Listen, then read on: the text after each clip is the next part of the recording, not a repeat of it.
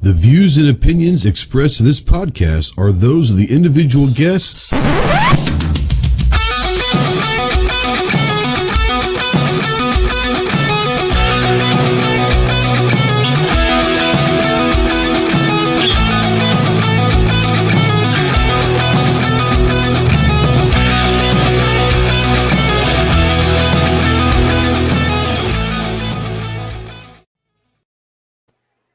What is going on, my Ghost Squad? Welcome to the Armed Citizen Podcast Live. This is episode number 278. Today's date is, I think it's the 7th, might be the 8th. I'm not really sure.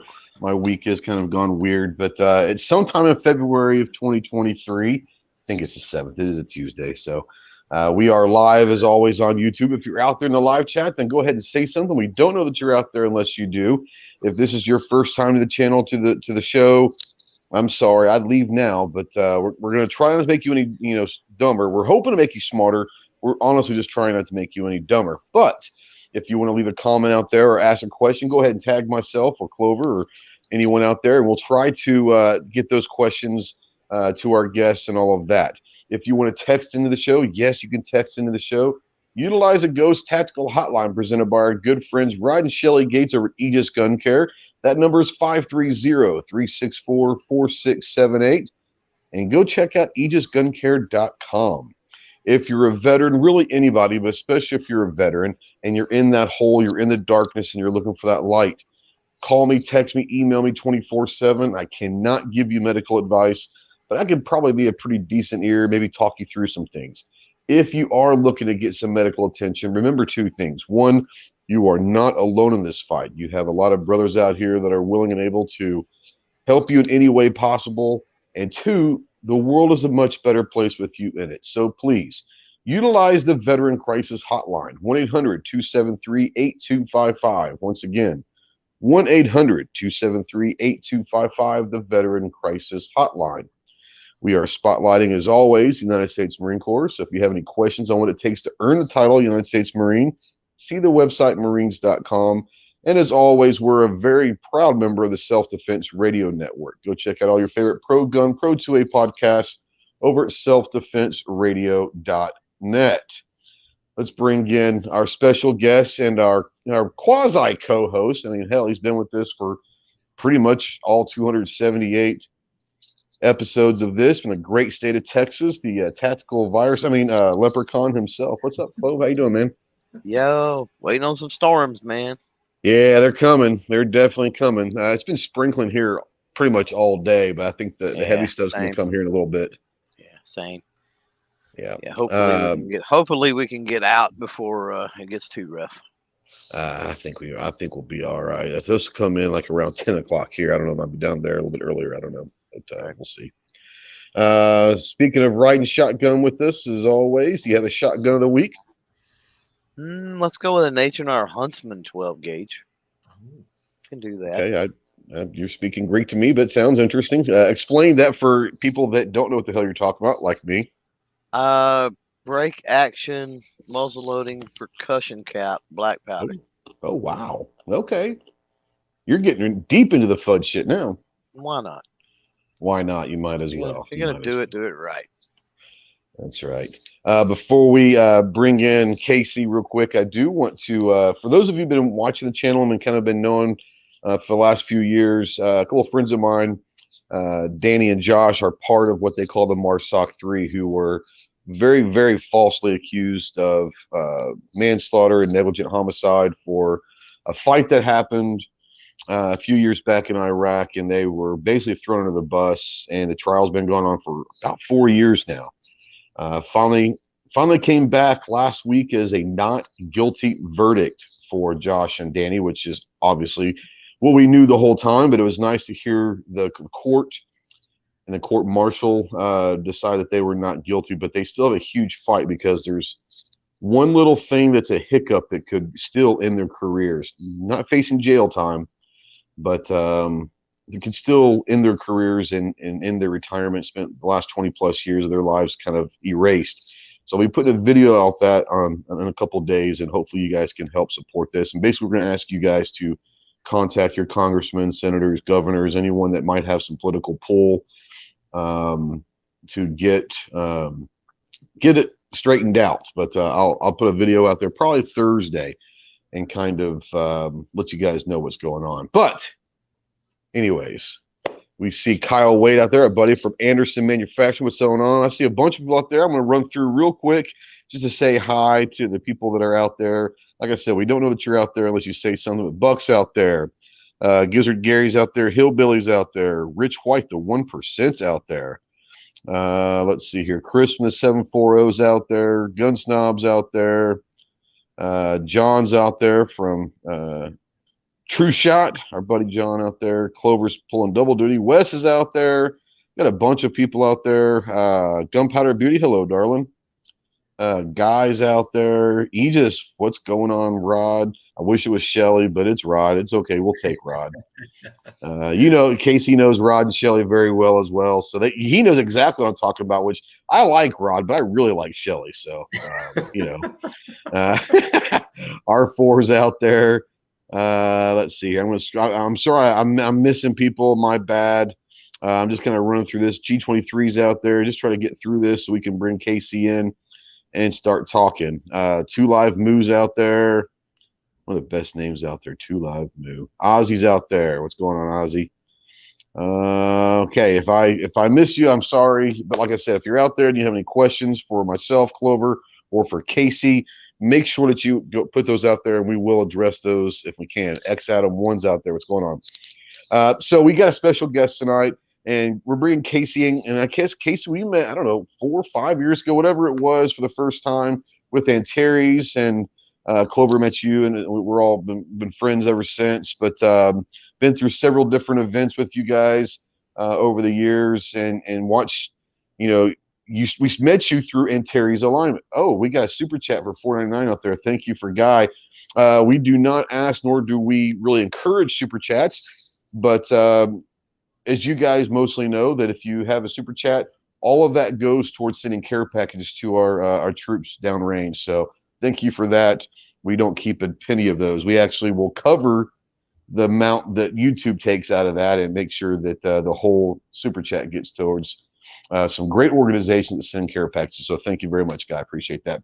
But excuse me, we met Casey originally through Antares Alliance, who you kind of started and is still involved with that. But now you're with Hyperion Munitions, which really is kind of interesting because it's so much more than a munitions company now. You guys have kind of evolved into this conglomerate now. But I want to bring Casey in real quick and say, first of all, welcome back. I know it's been a couple of years probably since you've been on, but welcome back to the podcast. Kind of tell people, I'll give you a few minutes to kind of tell people about Antares, about Hyperion, and kind of the evolution of what's going on with both of those. Sure. Yeah. Thanks to both of you for having me on. Always good to catch up. It was great to see you at SHOT Show. Absolutely. It was good to be back at a somewhat normal SHOT Show. That was kind of right. Cool. So were you there? You weren't there last year, were you at all? I was. Oh yeah, we were, because we went to your party. Was it Monday night? I think it was. Yeah. Sweet. Yeah. Monday night. Last year I thought was the best SHOT Show ever because it was great because the crowds weren't there and you could have like meaningful conversations. This year I think trumps it because it was bigger. It was kind of back to normal, but yet you could still have good conversations and it wasn't like crazy crowded. So I think this year, at least for me, was the best SHOT Show ever. And your experience over the years, was this a good one for you? Yeah, I think it was. I mean, I'm usually one of them that says I hate SHOT Show because it's an absolute drudgery, especially if you're working a booth. But to be in a booth this year and be with a bunch of young brands and having fresh conversation with people, I actually really enjoyed this year. Got to see a lot of the folks that we look forward to seeing, and having a few years of a hiatus. It's always nice to see everybody and actually have a minute to talk to them. Crazy busy for us this year, and so the Alliance stuff. I think we're 6 years into Antares Alliance. It's an ever evolving, shifting and moving target as far as what exactly we're doing on a year-to-year basis. We were kind of settling into a rhythm. The COVID shutting down events and stuff kind of threw us into a hiatus a little bit, and we've kind of been, I mean, for the lack of a better word, we've been kind of on a pause. I mean, we're all there. We're all still friends. We all still talk. It's just we haven't done a lot as far as getting together and having events. So we plan to kind of relaunch all that, event stuff this year, and a big company, I won't say who, swooped in and took Pro Gun Club from us. So that was really? Well, we'll shift gears and do something different than that. We'll do the suites were up 300% this year over last year. So from $6,000 for the week to $18,000 for the week. So we ended up not doing that. Everything was crazy expensive this year. And I guess they had to make up for the last couple of years. Maybe, I don't know. Oh my gosh. It had to be. I mean, drinks were up 200%. Food was up 200%. Rooms were up 200 to 300%. It was absolutely crazy. I thought price wise this year, incredible. Yeah, for sure. So we, now I know you were talking about Pro Gun. I took it out from you. I know at one point you were planning on doing a range event later on this year. Is that still kind of a plan, possibly? Yeah, we'd been looking at Florida, and we'd found a venue we liked. We just, trying to start it from scratch. You really got to have an event planning team that's ready to kind of regroup, because it's, as much as you'd like it to be a continuation, when you move it across the country, it's not. So what we have on the calendar right now is the 19th of May, a charity event, complete charity event. So 100% of proceeds go into Oath, which is one of our nonprofits. Gary Bartels runs that group, at Big Cedar Lodge's wine cellar property in just outside of Branson, Missouri. Jason Redmond. It's only a couple hours for me. Yeah, Redmond set to be the speaker, which should be really cool. Nice. We're just going to do an auction and sell seat space and come in and have a good time. Small group, about 100 seats worth. Get some media coverage in there. We're still grabbing sponsors and donations, so if anybody on the company side is looking to sponsor that event, we've got some spots open for that. Still some seats for sale if somebody wants to do that. People can donate products. And it's all going to proceeds to all proceeds go to benefit Oath Inc. So we're excited about that. We got to flip into heavy planning gear for that now, because it's coming at us quick. It's just a gala get together. And the Alliance stuff, as far as right now goes, what we're really heavy in is working with some of the specific Alliance members on very specific growth patterns. So Hyperion and the network there has been part of the Alliance group for the last couple of years. Taco, you saw a chance there and got to see some of his stuff with his gun. Awesome stuff. Taco. Coffee, that my wife and I own Operator Coffee now. That was a company that came out of the Alliance group. And so let me just put this out there to you guys as well. I'm not a coffee guy. Most people that know me know that. My wife is a big coffee person and absolutely loved it. So I just, for some reason, I love the smell. I'm weird. I don't like the smell of coffee. I mean, I don't like the taste of coffee, but I love the smell of coffee. I don't know. Maybe, I don't know why.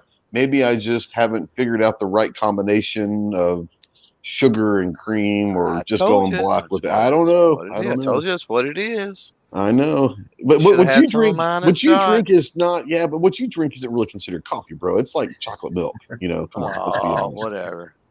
No, it's Operator Coffee is awesome.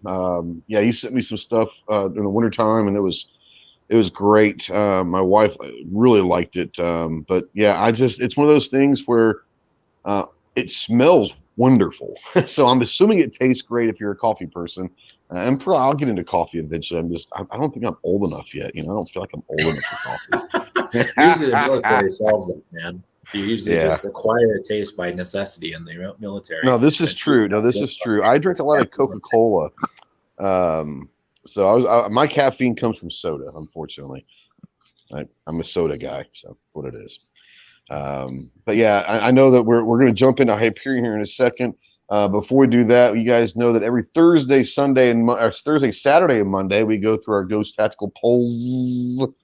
We have some fun with them. So let's jump into those real quick, and we'll go back and talk business a little bit. But the first one came out last Thursday, and this is kind of one of those things where it says, what kind of alt content would you prefer on the channel? I put food or car, because my other two big passions in life, besides guns and all that, are food and cars. And I think that that's pretty much like in this community, in this environment that we live in, the 2A community. I think food and cars kind of go hand in hand with guns as well, because I know a lot of gun guys are car people, car people are gun people, and then everybody's a food person. So I I'm not going to even really put this out there because it's literally a 50-50 split. Half the people want food, half the people put car. So we'll probably do a little bit of both. But we did rebrand our car channel. We started last year, then kind of just let it go. For some reason, I didn't have time. But we are starting that back up. So if you guys are interested in car stuff, we're going to be putting a lot of car stuff out there. The YouTube channel for the car stuff is Speed Limit 155. That's our channel. So if you guys understand what the speed limit 155 is, if you know, if you don't, then you'll learn throughout this journey of speed limit 155. But we're going to do some food and I got my my tactical chef jacket in today. I've got a series of cooking coming up. We're going to be using MREs. Just saying, it's going to be some fun cooking series utilizing MREs. So the tactical chef will make his first appearance. So we'll have fun with that. Our second question that was 2 days ago, it's got over 2,000 votes. If you could only have one caliber forever, what would it be? And your choices: 22 LR, 9mm, 223, 5.56, 308, or 10mm. Casey, I'm going to start with you. One caliber and one caliber only for the rest of your life. Of those, what would you probably choose? Oh man, it's a toss-up for me. It depends on the situation, or it depends on where we're going as a country. That's fair. That's survival mode. I mean, it's got to be 22 long rifle for me, because you can do everything you need to do with it and carry the most volume of rounds for it. If we're just talking about just general purpose for about everything, it's hard to beat 223 for that, because you can have fun with it, you can hunt with it, you can survive with it, you can do what you need to do. It's just heavier than 22 long rifle to pack around if you're in true survival state. Yeah, I think that I think people, I don't know, knock the 223, 5.56 for a lot of different reasons, because they want it to be something that it's not. But what it is probably the most versatile caliber that's out there. That's not a wildcat. It's the traditional, caliber. It is definitely probably the most. I'd say it's for sure the most. The biggest caliber, as far as you can do so many things with it. Clove, what about you? He probably gonna say 22 LR, but of course, but of course he would. Of course he would. But I got a little different. Defense. I disagree a little bit with Casey on like if the world isn't falling apart, going with whatever, the 223 thing. Look at the amount of firearms. That's the only caliber you could have. Look at the amount of different firearms offered in 22 long rifle chambering: revolvers, levers, semi-auto, handguns, for sure, right? Pistols, whatever, right? And Great so point. If you pick any of those other calibers, you limit yourself at the variety that you're going to have access to. So that's one of the reasons I would go 22 long rifle. Yeah. Yeah, and I wouldn't have a problem with 22. I honestly wouldn't have a problem with any of these calibers that were on the list. That's why I picked those 5. For me, it comes down to the 9 and the 5.56, and I love the 5.56 and I love the 9. The 9, you can work with a lot of pistols. I'm not a big revolver guy and all that, so I work with pistols mostly. So a lot of 9mm pistols out there now. With the AR pistols, the AR9s that are out there, you can have your CQB truck gun, which I run with the 9mm, and all of that. You can share ammo, share magazines, and all of that. You can run a 16, even with a 9. Yeah, absolutely, you can. Yeah, I mean, you can do whatever you want. But for me, it's going to be more the AR9, the pistol variety. But the 223, like I said, the versatility of the 223 5.56, you can still do CQB with that. Like you can do everything you want to with that one. So the only thing you really can't do as of right now is there's no handguns out there. So maybe that'll come down one day. Who knows? That's kind of interesting, wouldn't it? A little 223 pistol. That'd be kind of fun. I don't know. But yeah, as far as the votes, like I said, over 2,000 votes. The 223 5.56 comes in first with 42%. 9mm in second place with 33%. The 308 in third place with 13%. And the 10mm and 22 LR come in tied with 6%, which is pretty surprising. I honestly anticipated the 308 coming in last because there's only certain things you can kind of, I mean, it's not practical. I guess you could do it with a lot of stuff, but it's not practical in a lot of applications. But 10 millimeter and 22 LR with no love is 6% of the vote out there. So that's what it is. And our last one, we always have fun, at least with one of them.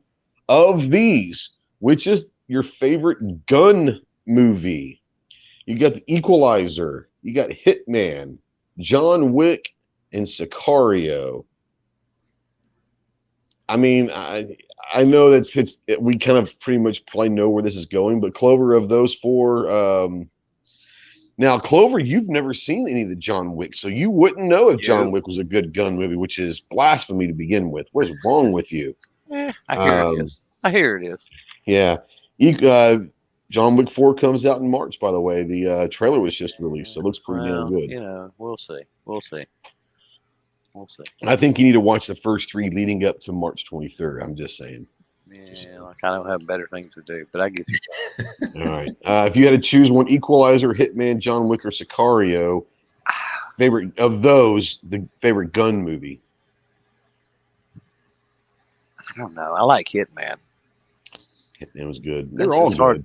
Hard to beat those hardballers. Little bit. Have you seen Sicario, by the way? Yes. Oh man, both of them are good, but that first one was damn good. Casey, of these four, do you have which one is your favorite? Would be a favorite gun movie of those four? Sicario is a pretty good gun movie from the gun perspective. I like it. I'm a John Wick guy all the way, so I'm in on that one.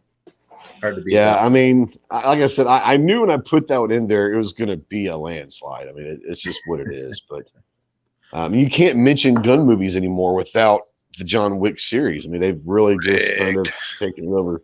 It is rigged, but it's the truth, you know. Some good, good gun. The Expendables are all of them are great gun. If you want, I've never seen the Expendables. Well, there you go. Yeah. So.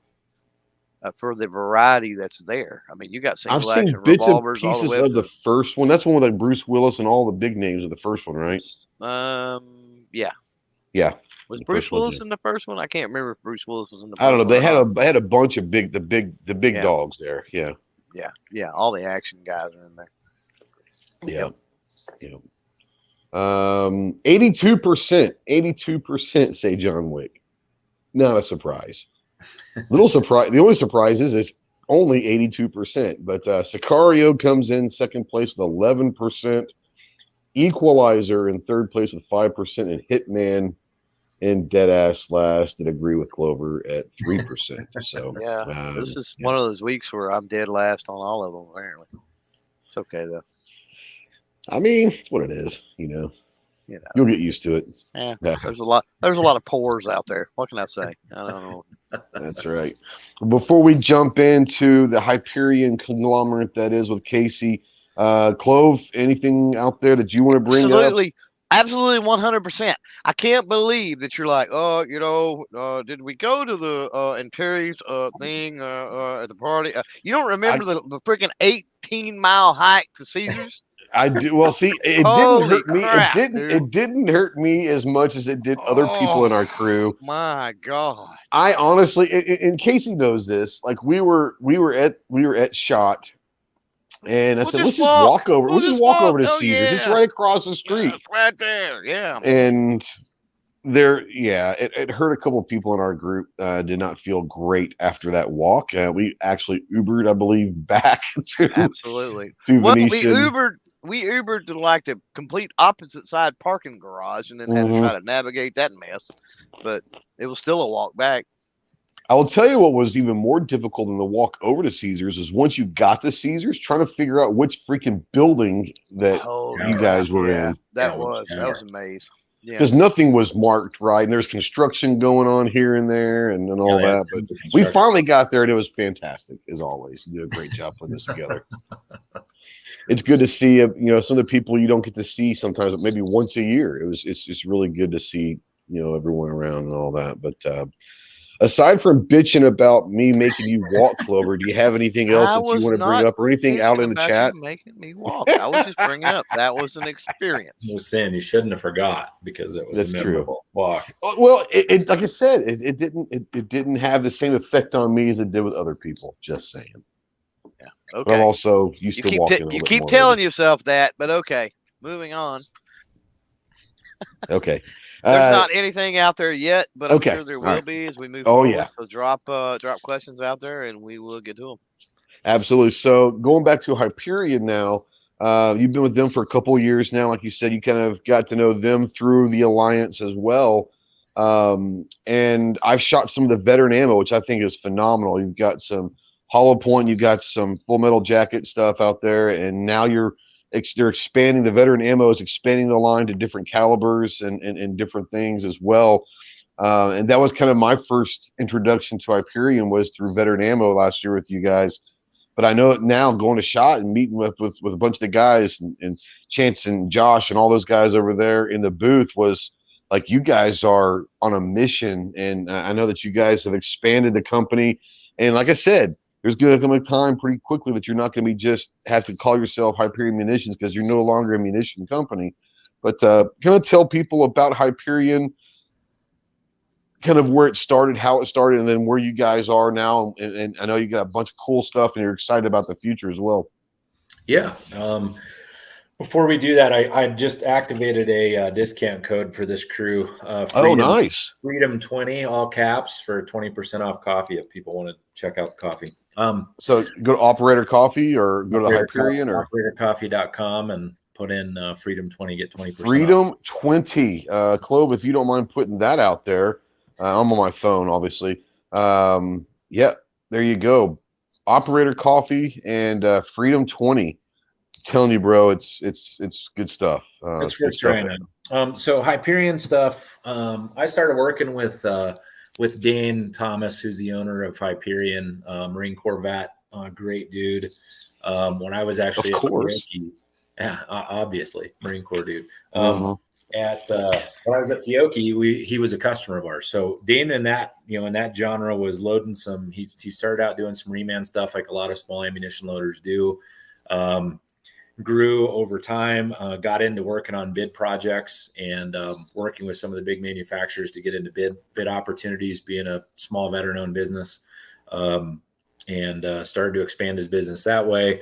And just over a series of really not a very long time here, the last few years, they started to partner up with other things. So when I kind of freed up from Fiocchi and had a plan to go do coffee full time, because coffee is getting busier all the time, Dane called and said, "Hey, would you be interested in helping us out in a little more direct fashion, because we've got a lot of stuff going on now." So part of that front end was, hey, we've got all this stuff going on. Help us define what the heck we are, because it's confusing. So, there's been a couple brands that he was in a distribution role of, like Pelican cases and even coffee. He's been a distributor of coffee. But he had all these product lines, one that he's manufacturing on the veteran ammo side, along with things that are exclusively flowing through the Hyperion network. So what we've started to see happen over the course of time is companies like Core Lead Ops, our U.S. Navy SEAL veteran-owned company. Josh, and you met Josh. Is awesome. I love Josh. Yeah, great Josh dude. Josh builds his guns all in the same building that Veteran Ammo is built in. So really? Okay. The other side of the building in Florida, and does all his manufacturing on that side. Grisar Shotguns is an exclusive import on the tactical shotgun side. They're Turkish shotguns, and people kind of shrug and go, "Well, they're just another Turkish shotgun." Most shotguns in the world are Turkish shotguns, and they're great. Yeah, and a lot of brand name shotguns are, they have a line of stuff that's built in Turkey, and they utilize it. And the thing about Turkey that people may or may not know is that you can dial the quality to whatever level you want coming out of Turkey. 100%. You can get quality that's really dang close to Italian custom quality out of Turkey if you want to pay the price for it, and you can get stuff made out of pipes and springs and chunks of wood and on the lower end of the spectrum that are just trash throwaway shotguns. So, and everything in between. So, the GriStar line is it's a great line. It's warranted for 3 years, bumper to bumper. And we've got a American based service shop in Florida. And we've got, if you call somebody and need help on the shotgun line, you get an Army veteran in the facility and talk to them in person. And Chris will help you out with the product line if you've got anything as a dealer or a consumer. So we do pretty well with the GriStar line. So that's been exclusive import pushed out into the market through Hyperion. And the latest ad is the 1911 line from Oriskany. Awesome stuff. And it's important to talk about Oriskany a little bit because, people are like, well, I don't know what that is. I've never heard of it before. Oriskany is kind of interesting because they've been around for a decade, building 1911 parts for a lot of the manufacturers in the country. They're totally vertically integrated. They build every part for their gun. And they weren't really focused on building finished firearms up until here in the last year or so. And they kept having people saying, hey, you build all the parts. Why don't you just launch a line? So they're in process of getting a full line launch. They got 9, 40, and 45. They've got all 10 millimeter also, 9, 10, and 45, not 40. In every size. Thank God, by the way. Exactly. In every size, they'll have, there's a 2011 on the horizon down there. Nice. And they're really trying to figure out what the 1911 community wants, because it's not for sake of not being able to do it. They can do anything, which is really cool. They've got some engineers from the old Remington days when Remington built a really quality product. They're on their team. So they've got some great development side. They're well funded from their parent company.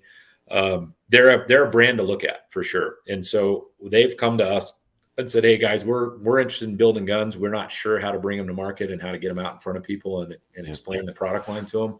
That's the role we're taking. So what Hyperion is evolving into is a network of brands that are all complementary, meaning there's not really overlap in that segment. And there's not one person that's overseeing. They're all individual companies just in a network together. And the service that Hyperion provides is if we're not manufacturing the product like we are Veteran Ammo, we manufacture that line. We're providing warehousing, fulfillment, sales, marketing, show service, show support, basically everything you need on the go-to-market side. We provide that for those brands. So we're selling Core Lead Ops into two-step distribution. We're selling Oriskany into two-step distribution. In other words, we're acting in the position of the manufacturer. We're helping with the strategic plan. We've built the sales team. We've got sales folks spread around the country. Josh has launched his bolt gun line now. You saw some of those. That 50 is maybe the best looking 50 I've ever seen it. And that brake that he designed on top of it is crazy. It's amazing. Well, it's the lightest weight 50 that you've ever seen because it's the lightest. It definitely is. I was only allowed to hold it for a few seconds for obvious reasons. There's a big saying that if you want something broken, give it to Marines. And so Josh, being a squid that he is, did not feel very comfortable with me holding it for more than a few seconds. No, it's incredible. No, it really is. It's about as tall as I am, which isn't saying a whole lot. I get that, but it's a beautiful masterpiece. And he's also got something that I can't wait. I've been talking with him. I can't wait to get my hands on is the trigger guard screw thing that basically allows you to pull the trigger and maybe go to reset and then screw it in a little bit. And that trigger stays at the reset or whatever position that you want. Completely ingenious design. And I think it's going to be a game changer, especially maybe for competitive shooters until those organizations make a rule against this. But I think it's going to be a game changer for sure.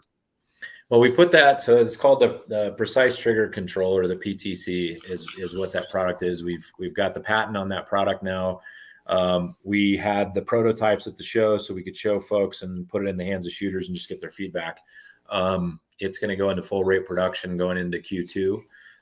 We got the final drawings back on that actually this week and have been presenting it to some of the major players out there. But what that product does, to your point, is it basically replaces your trigger guard. So if you have a trigger guard replaceable setup and you can pull it off and put a different trigger guard on, this will just drop right into that platform. There's a screw that comes in for the back end. It'll require a tool to set it, which will be for obvious reasons. But you can run that screw all the way into where you can stop the trigger. So it's actually a built-in trigger lock if you wanted to do that for storage. or safety if you got kids in the house. That kind Absolutely. of thing. I didn't think about that, but that's a great point right there. Yeah, you can run it in from a safety perspective, and then basically, so it's coming up and it's basically engaging with the back of the trigger. So if you screw it all the way in, the trigger can't be pulled. As you run that back out, you can basically fine tune it to where you pull the trigger to the point of fire, and then you're basically right at the reset point. If you leave the screw there, you don't have all the back travel from the trigger is removed. It just stays right there at reset. It was awesome. Like I said, I didn't actually pull the trigger with ammo, obviously, but I sit there and could. Oh man, it was so cool. One of the coolest, innovative things I saw at SHOT Show, honestly. And it's such a simple idea, and it's been around. Our developer inside and in the team that developed that concept developed it quite a while ago, and he just assumed that there was obviously probably something on the market that was similar that was doing it. He built it from a desire to have trigger control and just from a training perspective. And interestingly, when we put it in all the competitive shooters' hands that came through the booth, that was their immediate response. Was we see it as a fantastic trigger training tool for trigger control. Yep. They weren't necessarily looking at it from the cool guy perspective of just fire really fast, but obviously it removes all the slop out of the trigger, and you can fire. And you're talking that tenths of a second throughout an entire match. Tenths of a second add up to it makes a difference. A lot. Well, and if you're out there and you're shooting, it's not as big of an impact on long guns as it is handguns. But if you're going to jerk on the trigger, you're going to impact your point of impact. So just minimizing the travel of that trigger reduces that chance of forming bad habits. So from a training perspective, we're pretty excited about it. It's it's going to retail on the market at $49.99. It's right in the realm of what a trigger guard costs anyway. It just gives you additional functionality. So that's something to be looking for. We've been presenting that to some of the bigger suppliers out there on the distribution and chain side. So we'll see where that shows up here going into Q2. Absolutely. Bring in Clover. Thanks, Clover and Buck out there for putting Freedom 20 out there. OperatorCoffee.com. Go to OperatorCoffee.com. Use the code Freedom20. Thank you to Casey for doing that for the show, and that'll get you a discount off some coffee. It's good stuff. Good stuff. Clove, I know that there's been some questions out there. You want to bring those up, and obviously, if you have your own questions for Casey as well. Man, Big Al says, "What do you guys see that's a huge change from the 1911 to the 2011?" The double stack. You gun guys, you gun guys answer that question. Yeah. The biggest difference is the double stack. I mean, it's just capacity is the biggest change is capacity. Yeah, for sure. Yeah. And then Triple S out there, he's answering the question. He says untrimmed beards and flannels versus trimmed beards and skinny jeans. So that's applicable. And that's fair. That's fair. Yeah, that's not a bad point for sure. Wes out there is checking out the coffee now. Don't leave the stream though. Open another tab. Yeah. and the answer to your question, the back chat, Clover, is no, as always. So yeah, I was making sure. I already dropped the Hyperion link because, by the way, people are kind of asking, and that gets you to everything that Casey has talked about and is talking about. So. Yeah, the Hyperion gets you to all these companies for sure. Yeah, even the coffee stuff's, Dane's a distributor of the coffee. He helps us out down in the Southeast and into that region where they're located. So he was set up as a distributor of ours before I even got involved from the perspective of working with them. So you can find everything on there. Dealers could buy through Hyperion if they wanted to, or they can buy from the company. So coffee's a little bit of a standalone, but yeah, all of the brands that I talked about, Core Lead Ops, Grisar, Veteran Ammo, which includes now you talked about some of the stuff we sent you. That was kind of right as we were getting started first part of last year. Offering. So, now we're 389, 40, 45, 223, 300 blackout, 308. And we've added a defense line and we've added a hunting line. We've just done some 300 Win Mag and some 270 and 6.5, 30-06. There's some shotgun possibly coming down the line as well. We launched shotgun last year in the hunting side. So going into fall, we brought in a couple containers of that. We actually have that built in Europe and brought over because the cost of building SHOT Show is astronomical. The margin is incredibly small. So we had that contract loaded for us, but it's across the Veteran Ammo brand. We designed what we wanted made and had it brought in with our velocities, our shot size, and our breakdown. And with that line will expand again this year. So we were actually sitting down with one of the larger chains in the country today, breaking down what we could deliver them that they see holes in the market, so we can fill some of those market with shot shell. So yeah, more coming in the shot shell space for sure. Clove, do you have anything that you want to bring up so far from you, not just from the chat? Well, I was looking through some of the operator coffee stuff, and I know this is a sticking point for you guys, so just going to throw it out there and mention it for anybody that is curious and wants to take advantage of the 20%. They do have hot chocolate. Oh, yeah, I've had the hot chocolate. Now, the hot chocolate is phenomenal. He sent me some hot chocolate. It's awesome. I mean, it's awesome. But, yeah, my wife vouches for the coffee. I'll 100% vouch for the hot chocolate. I remember when Casey, I don't remember, he sent me an email and he's like, "Hey, you want to try out this coffee?" I'm like, "I'm not a coffee guy, but I love some hot chocolate." And he was like, "No coffee, like you communist or whatever," you know. And it was like, yes, I'm one of the very few people in this world from the South that don't drink coffee or tea. So I know I'm weird. I know I'm weird. Maybe I am a skinny jean kind of guy. I don't know. So I do drink the coffee, and without going into each individual one here, Casey, what's your favorite? I mean, and why? I guess. Well, kind of the favorite, the by far favorite in the lineup is Roast 22. It's one of the 2 flavored coffees we have. Most of the coffees aren't flavored. That one's got the flavor is really heavy in smell and subtle in taste, so it's not sweet or weird tasting. It's really smooth. It's nice. It outsells the rest about 3-1. I love Roast 22 because it's a nice, smooth drinking coffee in the morning, but I'm a dark roast guy. So both of our dark roasts are nice. The espresso is really nice. I was saying you guys offer espresso also, which is not typical for a lot of the coffee companies these days. They kind of stay away from espresso. I don't know why, but yeah, you guys offer all sorts of different blends in espresso as well. Well, we just launched a Mission HP coffee creamer with protein in it. That just launched this month, and that product line is, they're 30 serving bags, so they're basically cover you for the month. It's a really, really high-end protein additive in there, so it's a healthy deal. The flavor is pretty subtle. There's 4 flavors, but the flavor is subtle, so you don't get the weird aftertaste. And it's one of the only creamers that's out there that's formulated for coffee that doesn't clump up and leave weird clumps in. It's that okay. So it's not just a creamer that you can just buy and add to coffee. It's actually a coffee creamer. Yeah, it's a coffee creamer. If you drop a serving of that in there, by the time you pour your coffee in, you almost don't have to stir it. Like it literally doesn't clump up. It's fantastic. Oh, wow. Product. So we're doing that in partnership with another veteran-owned company. So, we love partnering with veteran-owned companies for product launches. And we just launched a U.S.-made coffee cup, too, which is incredibly hard to find. Almost every coffee cup in the world is made in China. So we went out and spent a little bit extra and found a U.S.-made coffee cup, and we just did a limited run of those. There's only a few of those left out there, too. So, I think people are willing to spend a little bit more for, made in the USA. And that's unfortunate we have to.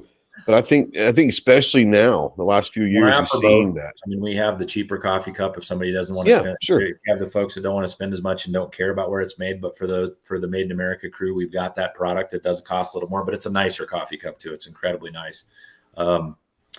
Yeah, man, I think that we just dropped into the first 6 Shield stores this last month. Oh, nice. So nice. If you're in Billings or Reno or Eden Prairie, Minnesota, Fargo, and the 2 Colorado stores, Colorado Springs and Johnstown, have all got our coffee on the shelf now. So if you're close to those places, do us a favor and buy it there. It helps Shields buy more coffee from us. So we got a buddy of ours out there, Kyle, with Anderson Manufacturing. He's up at the Worldwide Distribution Show in Reno as we speak. I talked to him earlier today. So Kyle, I know he was out there earlier. If you're still out there, go stop by Shields and buy some operator coffee. He's a Marine as well, so that might be something that he might do. So nothing else. If he's not out there still, I'll send him a text saying, before you leave this week, go stop by Shields and pick up some operator coffee. And I bet you he will, because I know he's a coffee guy. They're in evaluation phase right now. That's why 6 stores and not all 28. Yeah. So evaluation stage. So how long does that last? Is it a few months or what? Yeah, no, it's a several month trial run to see how it moves. They've done incredibly well with Black Rifle. So they're looking at additional product line, and we've been excited to get into Shields. I worked closely with Shields for years in the ammo and firearm space, so I think they're about the best out there on the chain store side as far as the way they organize and the way they set up and the way they incentivize their salespeople to actually promote and drive your products. So from a vendor's perspective, we love Shields. Now, Wes out there, he's in Tulsa, Oklahoma area. He said there's a pawn shop close to me that sells operator coffee. Is that something that if you want your pawn shop or local shop, can they buy maybe as a wholesale directly from you guys, or how's that work? Yeah, no, we're taking dealers and adding dealers almost every day right now. Nice. So if you've got a dealer close to you and you want to buy it through a dealer to save the freight, just let them get them in touch with us, and they can buy in immediately. Awesome. Nice. What else you got there, Clove? You got anything else right now? As far as whole bean versus ground, or is all the offerings, can you get those either way? Yeah, the only thing you can't get in a ground is the espresso. We do that all in whole bean because people really like to grind that and run it through espresso machines. So that's kind of not being a coffee guy, but I think that's pretty much standard though, isn't it? For the most part, we get quite a few requests from people to ask for it to be ground because they don't have a grinder at home. But it's always an interesting request because generally, if you're buying espresso, you want to run it as an espresso, so you want it really fine ground, and that fine powder, but. And then decaf, we only offer decaf in a ground and not in a whole bean at this point, just because it's not a huge demand. But everything else is offered in both whole bean and ground. Operator Coffee, the parent company is Operator Club, and it's important for me to kind of give some of that background on it because I wasn't an operator in the Air Force. I was a support guy in the acquisitions field. And so it's, the branding of Operator Coffee is built around the American operator concept. That's why there's nurse tributes and farmers and firefighters and police officers and truck drivers. And as we expand and grow that out, we're in partnership with John Tigan, Tig from 13 Hours in Benghazi. I'm good friends. I just had Tig on the Jarhead podcast and love Tig. Yeah, great guy. We got a dark roast partnership with him, Modern Patriot. That's a tribute to his podcast, Modern Patriot Podcast, and that's a really popular coffee. I think that's the number 3 bestseller that we've got right now. So, really, Well, that sort of answered my question. I was going to ask what the co-branded coffees were. Well, old Mr. Rod had one of the most famous co-brands with us previously, and that's the product that's out there in Tig's coffee. It was just a coffee that people really like. So, The Modern Patriot is a co-brand in Zert. The Zert guys over on the East Coast, those guys have a co-brand with us as well. We had some meetings at SHOT Show with some big brand companies that are looking at doing co-brands with us potentially too. So, yeah, Wes just says I see you have Zert branded coffee too. That's neat. So it's a good. Without disclosing anything you can't disclose, what goes into the co-brand? I mean, do they come up with the formulation or how it's kind of a mix. I mean, some of them will come to us and say, you guys just pick a good coffee and we just want to have a co-brand label because we want to go market it. Some of the bigger companies just want to run sample packs to do giveaways at shows. Gotcha. And if we do a pre-printed bag run on a sample pack, they can kind of brand that however they want as a giveaway. A true co-brand is like Modern Patriot. We got Operator Coffee small in there, but we brought Modern Patriot forward to the front on that product, and worked with Tig on that. We're working with him right now on a K9 tribute roast. That'd be awesome. Using Axel as a model for it. So for sure, if we run into the next printed bag run, we'll roll that one in. But we're excited about that one coming next. Cool. Oh, that's really cool. Yeah, I bet you that'll sell just because people love puppies, It's crazy what the dog community does, isn't it? Especially the military dog community. I mean, the the service dogs that were running around SHOT Show, the true service dogs, the ones that are actually service dogs, are just impressive. I mean, you get them around that many people, and they just do what they're supposed to do. They're all just the time. there. It's funny because Clover, I don't know, probably 2020 maybe. Clover started taking pictures of all the puppies it shot and would do like a big tribute video of all the cool puppies. And I think this year he's actually going to do like a rank them, like give them awards and all that, right? Well, I done dropped that video. I picked 3 that I gave awards to. Yeah, I had the best dressed, I had the best pose, and I had the most vicious. This year. The tactical ankle biter tactical had to have Taz, something. Baby. Tactical Taz. There was a Chihuahua that had like a plate carrier like thing on. It was hilarious, a vest on it, but it was about 3 pounds, about that big. That's awesome. But I tell you what, and Clover, you can speak to this a little bit more. But as I watch Clover walk around and go up to ask the people, the handlers, can I take a picture of your dog? Although you're not supposed to really touch the dogs, they are very okay with taking pictures. Now, there are some of the puppies that don't necessarily like the camera. They'll look away, so you have to kind of get a quick shot. But it's kind of fun to watch Clover. And Chloe, have you had any issues? I've never seen anyone deny you taking a picture. Never once. In fact, they're usually happy to do it. I mean, most pet owners, I think, are proud of their pets, and especially I think with that when they've got a service animal like that, right? Be it a veteran or just somebody that has a service animal. That's like a child to them, right? A part of their family and everything else. What I found interesting is and I was going through, and you remember I took a couple of pictures of some fake puppies. Yeah, you did. Yep, sure. And so I was going through the pictures, and I actually mislabeled one as a fake puppy that was so still and so it was real posed, and it was a real, and I was like, crap. So I had to put a comment in the video and go like, hey, I messed up. That is not a fake puppy. And I was surprised that they're so well trained. Like they'll be like sit, or they'll say picture or something, and they'll literally that Dobie did that I give best pose to, like ears went up. I mean, just the perfect pose. And I'm like, wow, that's pretty neat. That's trained right there.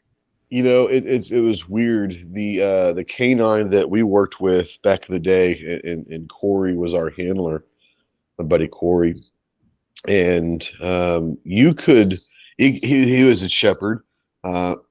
Be a normal, playful shepherd, ball and just be a pup. And then he gave a command, and that dog went into work mode like immediately and went to work. And when he got another command, he went right back to being just a playful pup. And these dogs that get chosen there's a difference between service dog and a working dog. Obviously, a service dog is there to help people that need that companion and all that. And we, most people have heard, maybe didn't know they were a thing until a few years ago. And I think most people probably heard the story about Marcus Luttrell, who someone came by his property and shot his service dog. And he chased him down with his gun at like 110 miles an hour across like 3 counties. And he was in contact with the sheriff, say, hey, my name is Marcus Luttrell. Someone shot my dog. I'm in pursuit. I'm not stopping. Don't try to stop me. Just letting you guys know that this is going to go down. And it was caught on audio and video and all that. But service dogs, man, we knew Charlie, it's so sad that his service dog died he's got a new one now, but our good friend Charlie Melton, Memphis, it was a great dog. Memphis danced with the devil a lot too. And Casey knows Charlie very well Casey knows Charlie very well. But we were down at Charlie's place. I want to let you tell a story, Clever, because it involved you, and it was a little hairy at first. Yeah, I mean, I get out in I think it was the SBR. I break out that little 300 blackout SBR on a pistol range. Yeah, on a pistol range, and I'm shooting subsonics, of course, suppressed, and he's got a Texas Star. Yep, and I'm firing off at that Texas Star, and Memphis is trying to catch, I think, in his teeth every round that I fired. Yep. And so I'm hesitant in firing, and I'm like, the dog. I'm gonna hit the dog. Like there's gonna be a ricochet off the steel. And we like, both look at Charlie at the same time. He's like, Charlie's like, don't worry about it. He's used to it. Like, and then we hear, months later or something that. Yeah, it was about a year or two, year and a half ago. Memphis. Maybe that was a trait that should have been trained out of him or broke. I don't know. I think that some dogs, like my shepherd, I love her to death, and she's an awesome dog. She's scared of gunshot, like of sound, so I can't take her to the range and all that. And that sucks, but it is some dogs just naturally like that. Some people don't, and Memphis obviously loved being around firearms. So, and Casey obviously knows Charlie very well as well. And everyone that knows Charlie knows Memphis.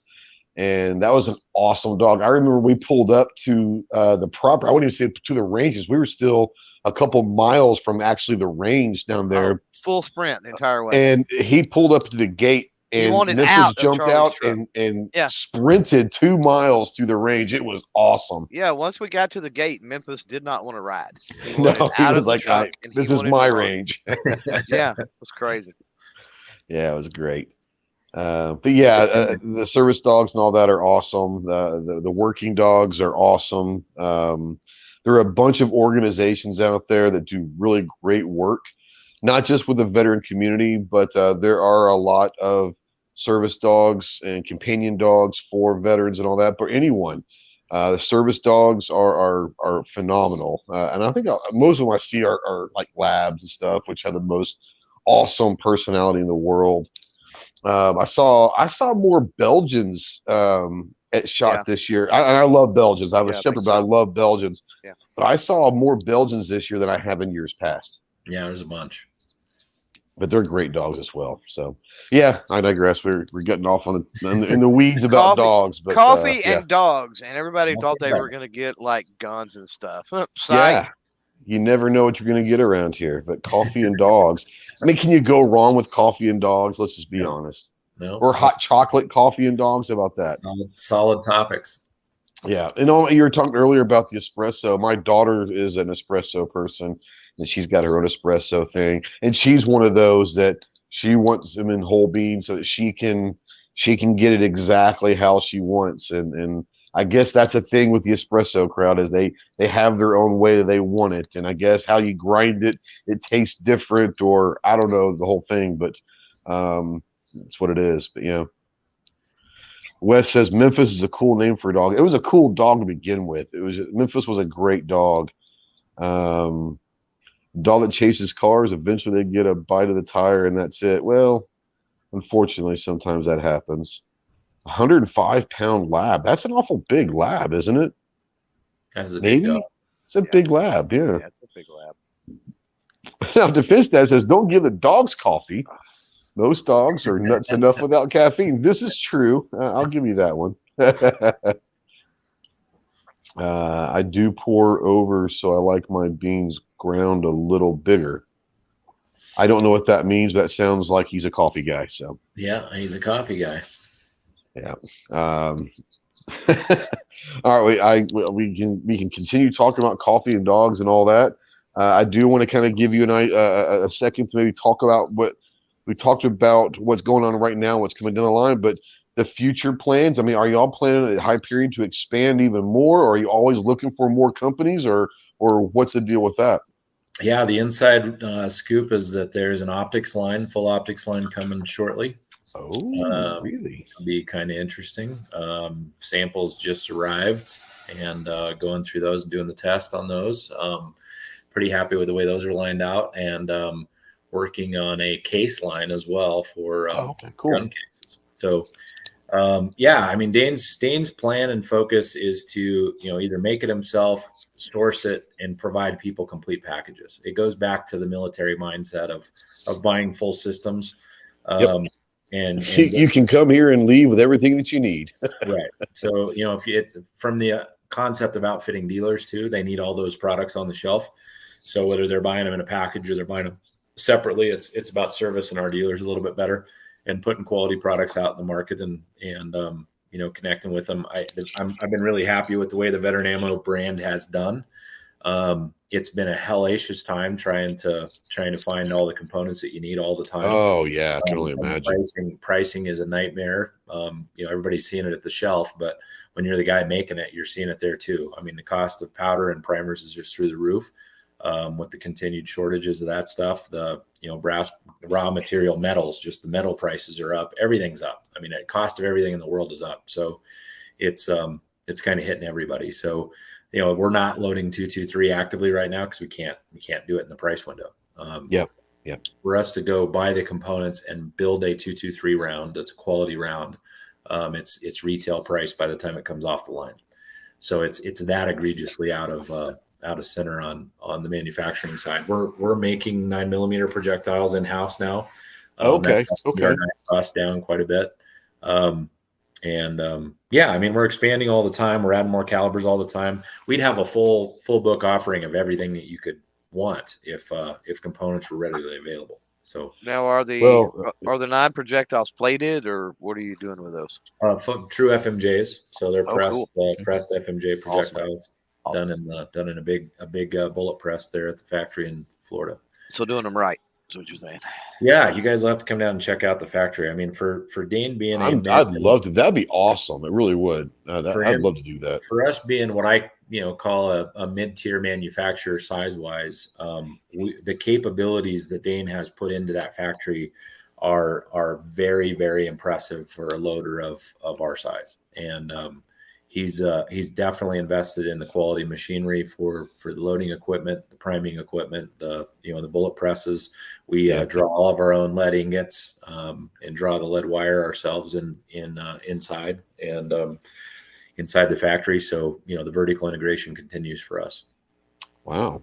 Now, obviously, you can get the ammo through the website, but once again, are there opportunities for dealers and all of that to be able, if you're your gun shop, to go ahead and get some veteran ammo? Is there a way to get that as well? Yeah, we've actually shut down any ability to buy the stuff direct from the factory. Oh, okay. So, interesting. Of supporting our dealer base. Gotcha. We've got thousands of dealers out there that carry the product. The only issue we have with the dealer base right now is just readily purchasing it on a constant basis so they don't run out. We've got ammo in stock across most of the calibers that we have. The prices, sometimes they're decent, sometimes they're a little high. It just depends on what the market ebb and flow is that month. We focus on 124 grain and 9 for the reason that it's, I like that.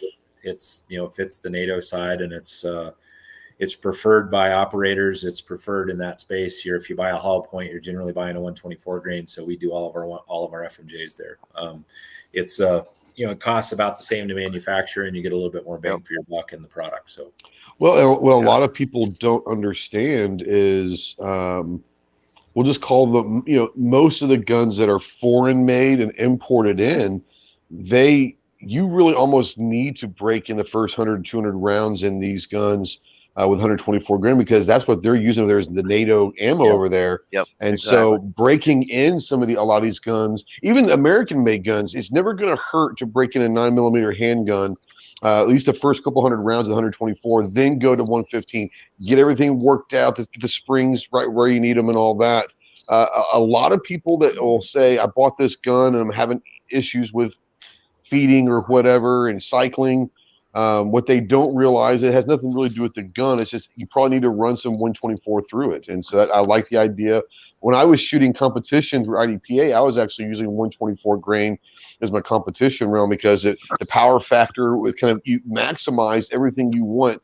The sweet spot is around that 124. Actually, it was about 125 that I had mine dialed to. But I mean, it was just one of those things where the 124 people take it's a sweet spot. Now, is it a little bit more expensive? Yeah, but it's not enough to really go away from it. It's just it's that much better now. A penny. I mean, it's usually a penny difference is really what it works out to be most of the time.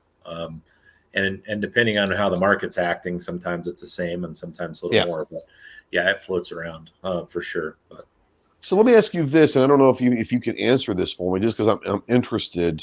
I think people would be fascinated.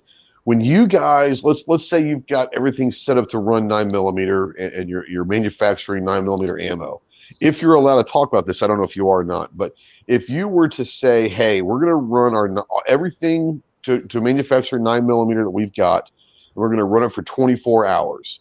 About how many rounds could you guys manufacture in 24 hours, you think? Well, I'd have to.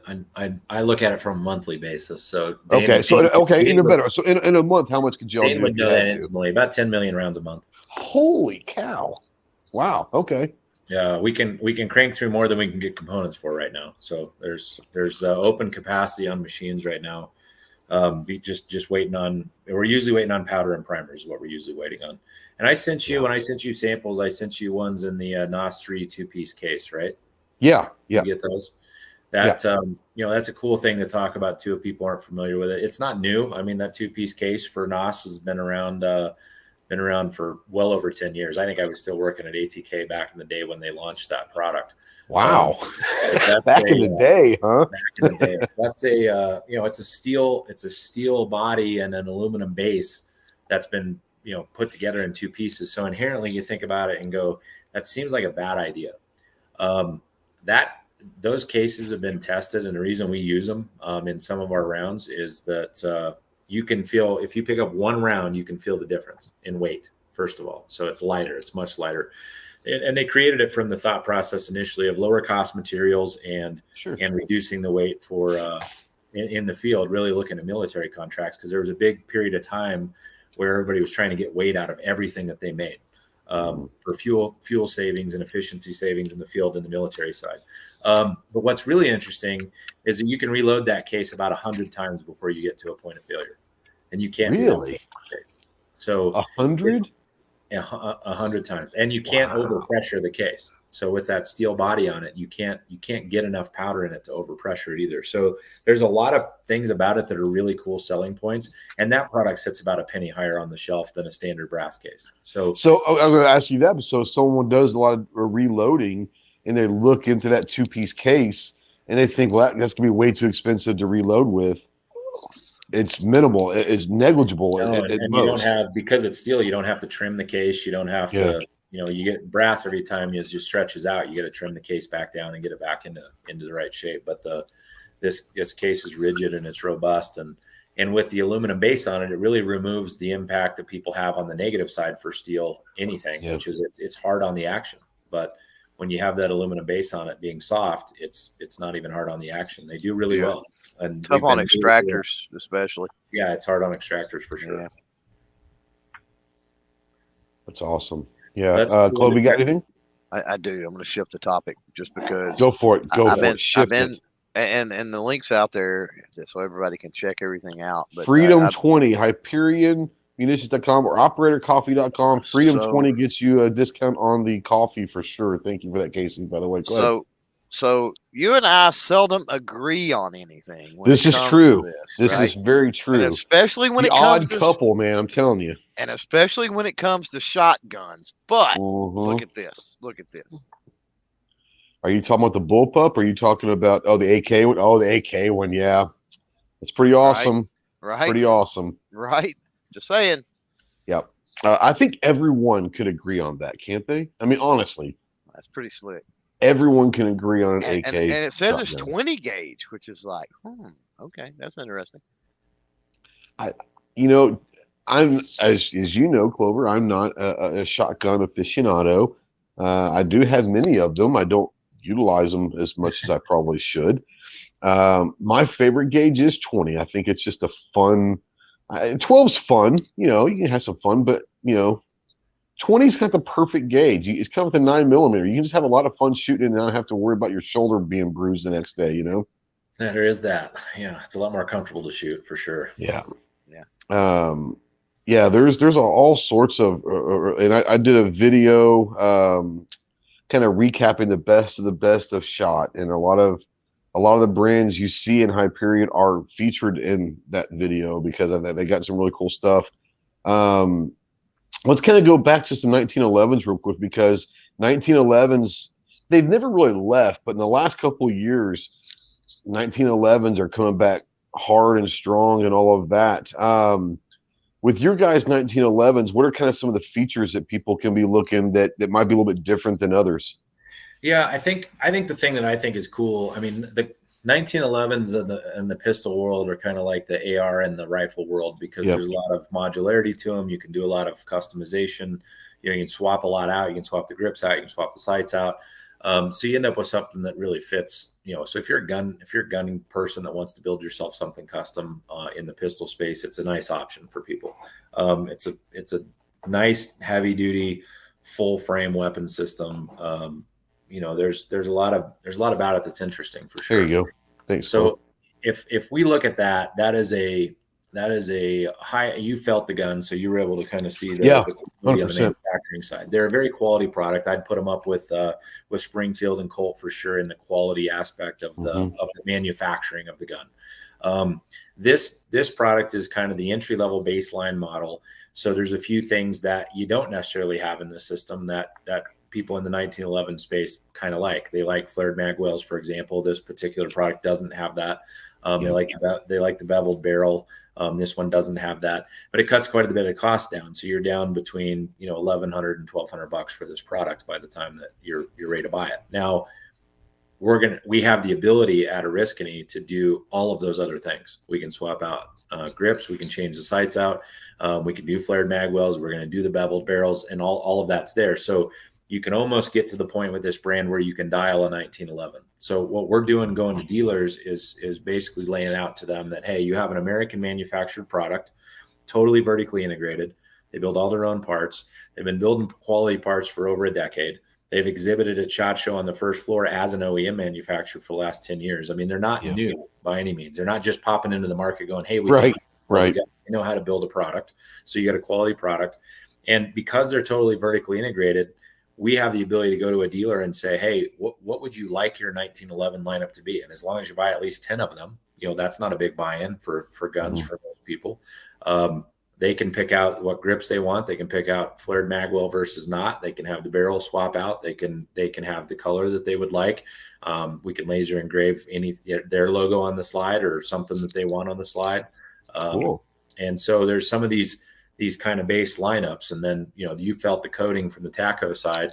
That coating is something that is completely different than what a lot is out there. So you can talk about taco a little bit here as well. Yeah, I mean, we'll talk taco for sure. Let's definitely do that, because there's a couple things that are interesting to point out. But those guns, we're excited about them to take them to the dealer space and let the dealers kind of have a say in what they have. So it's not just something that everybody else has on the shelf. It kind of fits that custom feel. I mean, if you're a gun person, you love something that's a little bit different, or I can change it up, or I can make it my own. And that's I think that is what you said. The modularity of the 1911. People think, well, it's a 100-year-old gun. How can it be modular? It very well could be modular. There's so many aftermarket parts that you can customize a 1911 however you want. Now with these, can they be purchased directly, or they got to go through a dealer? No, we're going to have everybody's going to have to go through dealers for everything that we do. Okay. But, we're just a lot of dealers got a chance to touch and feel those guns at SHOT. That was kind of their first maiden voyage into the space. So this is literally brand new. So we'll see those starting to show up on dealers here this month. Oh, nice. I think it's one of those things where I like the fact that you're going to the dealers, because that helps the local gun shops. And as much as I know that the big box stores, you can buy directly from these guys, there's something about going to your local gun shop and buying guns still that's still kind of Americana. And I know that it might just be a business model, but going through dealers, I think is really, really cool, because if you want your local gun shop to be able to do this, get a hold of Casey or someone in the company. I'm sure they can set up a dealer's pricing and all of that. But there is something to be said about Americana, buying your guns from your local gun shop and not from the big box stores online. Is it convenient? Absolutely. Do I say it should never happen? No. But it is kind of cool that some companies are still valuing, the local gun shop, which, they're dying. A lot of them are dying these days, Yeah, for sure. I mean, we love the supporting local aspect of everything, and we love working with the small dealers because we get a lot of feel for what's actually happening out there in the market and what their customers are actually liking and not liking. It's hard to get that from the big guys because they just don't have the touch points that a local dealer has. I'd be willing to bet the feedback for the 1911 market right now is enormous because everyone's kind of getting away from the polymer. Everyone, and Clover and I have talked about this a lot in the last year or so. You start seeing the shift away from the polymer frames and back to the all metal, steel framed guns, and the 1911s are a big part of that. And you've seen the resurrection of 1911s and the 2011s coming on, and some of the old high power clones that are out there now, and some of the old great designs are getting some love again. So it's really cool to see that happening. I guess everything's cyclical, but it is nice to see some of the old steel frame guns and the old Staplefords of the market are kind of getting popular again. Yeah, I'd put them in I'd put those steel frame Americana guns in the timeless category. I mean, you're always going to be able to come back to those, and they're not going to lose value. Typically.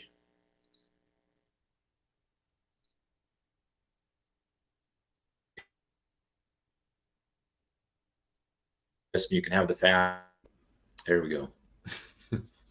Was that me or? I don't know. Yeah, I think Casey froze for just a second. Oh, okay. I didn't know if it was me or not. I was like, I didn't want to say anything because I was like, maybe I'm robotic or something. Yeah. No, I think he's back now. Yeah, I'm here if you can hear me. Yeah. You're good. Clove, before we jump into Taco, do you have anything else that you need to bring up or want to bring up? I don't see anything out there, but if anybody does have questions, throw them out there. We'll get them up. So let's talk a little bit Taco. It's a coating company that really innovative and it's pretty awesome stuff. So I want to give you some time to talk about Taco as well.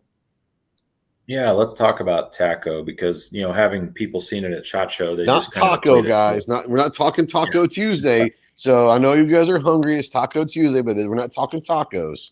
All right, sorry. I'm out. Taco, TACCOUSA.com is their website. I'll give you kind of an idea what that product line looks like. But, having showed up at SHOT, people that have seen it at SHOT just equate it to a firearms coating product. But the reality of the Taco product line is that those coatings aren't new. They've been around for about 40 years.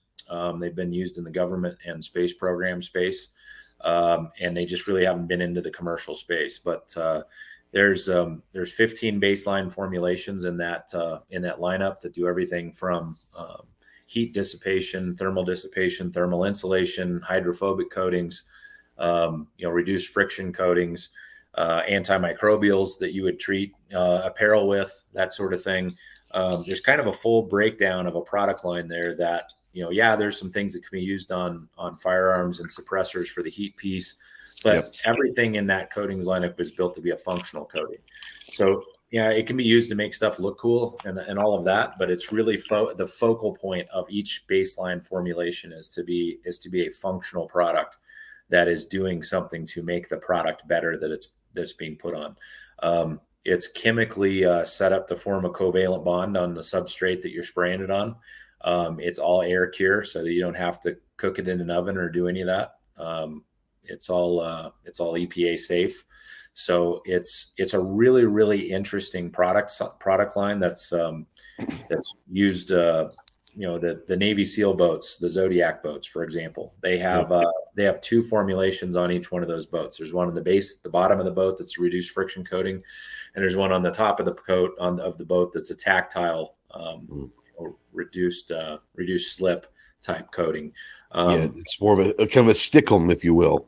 Yeah, and so what you felt on the firearm that you felt is there's two different formulations on there too. There's kind of the tactile coating on the slide that gives you the grip, and as your hands get sweaty, it gets more tactile, not less. I promise you, it's not going anywhere. No, you're definitely locked in on that grip for sure. And you can't get it off the gun without chipping into the steel of the gun. You can't. You got to go into the base product to actually get it off the gun. It's bonded that well.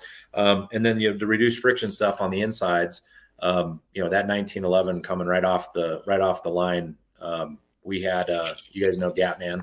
Gatman came in the booth and air racked that gun right in front of, like, we hadn't even tried that. And he just air racked that gun instantly. Not having ever been shot, not having anything swapped out, just simply being coated. So the product line is really cool and interesting. What we're helping Chance with on that product line on the Alliance side is way beyond firearms. Yeah, there's a firearm component to it, but it's industrial coatings. We're working with large industrial companies, working with everything from front end loaders to reduce impact on just damage to those, to guidance and electronic products for reduced thermal impact and that kind of thing. So lots of cool things going on with TACO right now. Absolutely. And yeah, like you said, there is an application for firearms, and but yeah, this stuff, what you can do with this is going to be something that you're probably not going to have any problems with getting different industries involved with this stuff. So I'm sure Chance is excited about the future of that, because it's something different that you don't see, and you haven't seen, at least in the firearms, you haven't seen. I might have been something out there in other industries, but for the firearms, yeah, not so much. So yeah, to bring it into the firearm side, our focal points are, inside the barrel coatings to reduce throat erosion in the barrels. We're working on some special forces testing on that right now. And the big question was, well, if you coat the inside of a barrel, are you going to change the ballistics, especially in a tight tolerance product? And this product goes on so thin, 3 microns and less in some cases, that it doesn't change the ballistic performance at all. It doesn't impact it in a negative way. And if anything, it adds a reduced friction component to the product. So it may add benefit if we get into the testing of that. That's interesting. I never even thought about that. And I know you said that as far as the coating that's on the grip and all of that, or on the frame, if you want to get rid of it, you got to have to chip into the material itself. Yeah. When you're talking about coating the inside of the barrel and the rifling and all of that, is that something that could wear off over time? You have to get it recoated, or is that something that's going to take a while? No, we're in the testing phase on that, actually, because somebody came and asked the question, hey, could you coat the inside of a barrel? And it was a question we didn't know the answer to. Right. So we're looking at things yes, like golf club grips, like the rubberized grips. So coating on the rubber, because a lot of golfers, when your hands get sweaty, your grip starts to change, or you're out constantly working the grip. Well, that's my excuse, at least. That's my excuse when I start playing poorly. Everybody's got to have one, right, in golf. But the same thing's true with firearms. If you go out with a polymer system and you're running and it's hot and sweaty, you're constantly re-gripping the gun to try to get the feel, because it's slipping around in your hand. So, there's the tactile aspect to it. So when they said, hey, what about this? Or suppressor companies going, hey, can you use the thermal coating and keep the heat from soaking into things as well? And we're seeing a lot of beneficial testing on that too, to just reduce the overall wear due to heat over time on a suppressor. Well, this might be something that you probably already thought of it. It's probably already in the works, or it'd be at least being tested maybe. Heat signatures off of firearms, especially in the SOCOM world.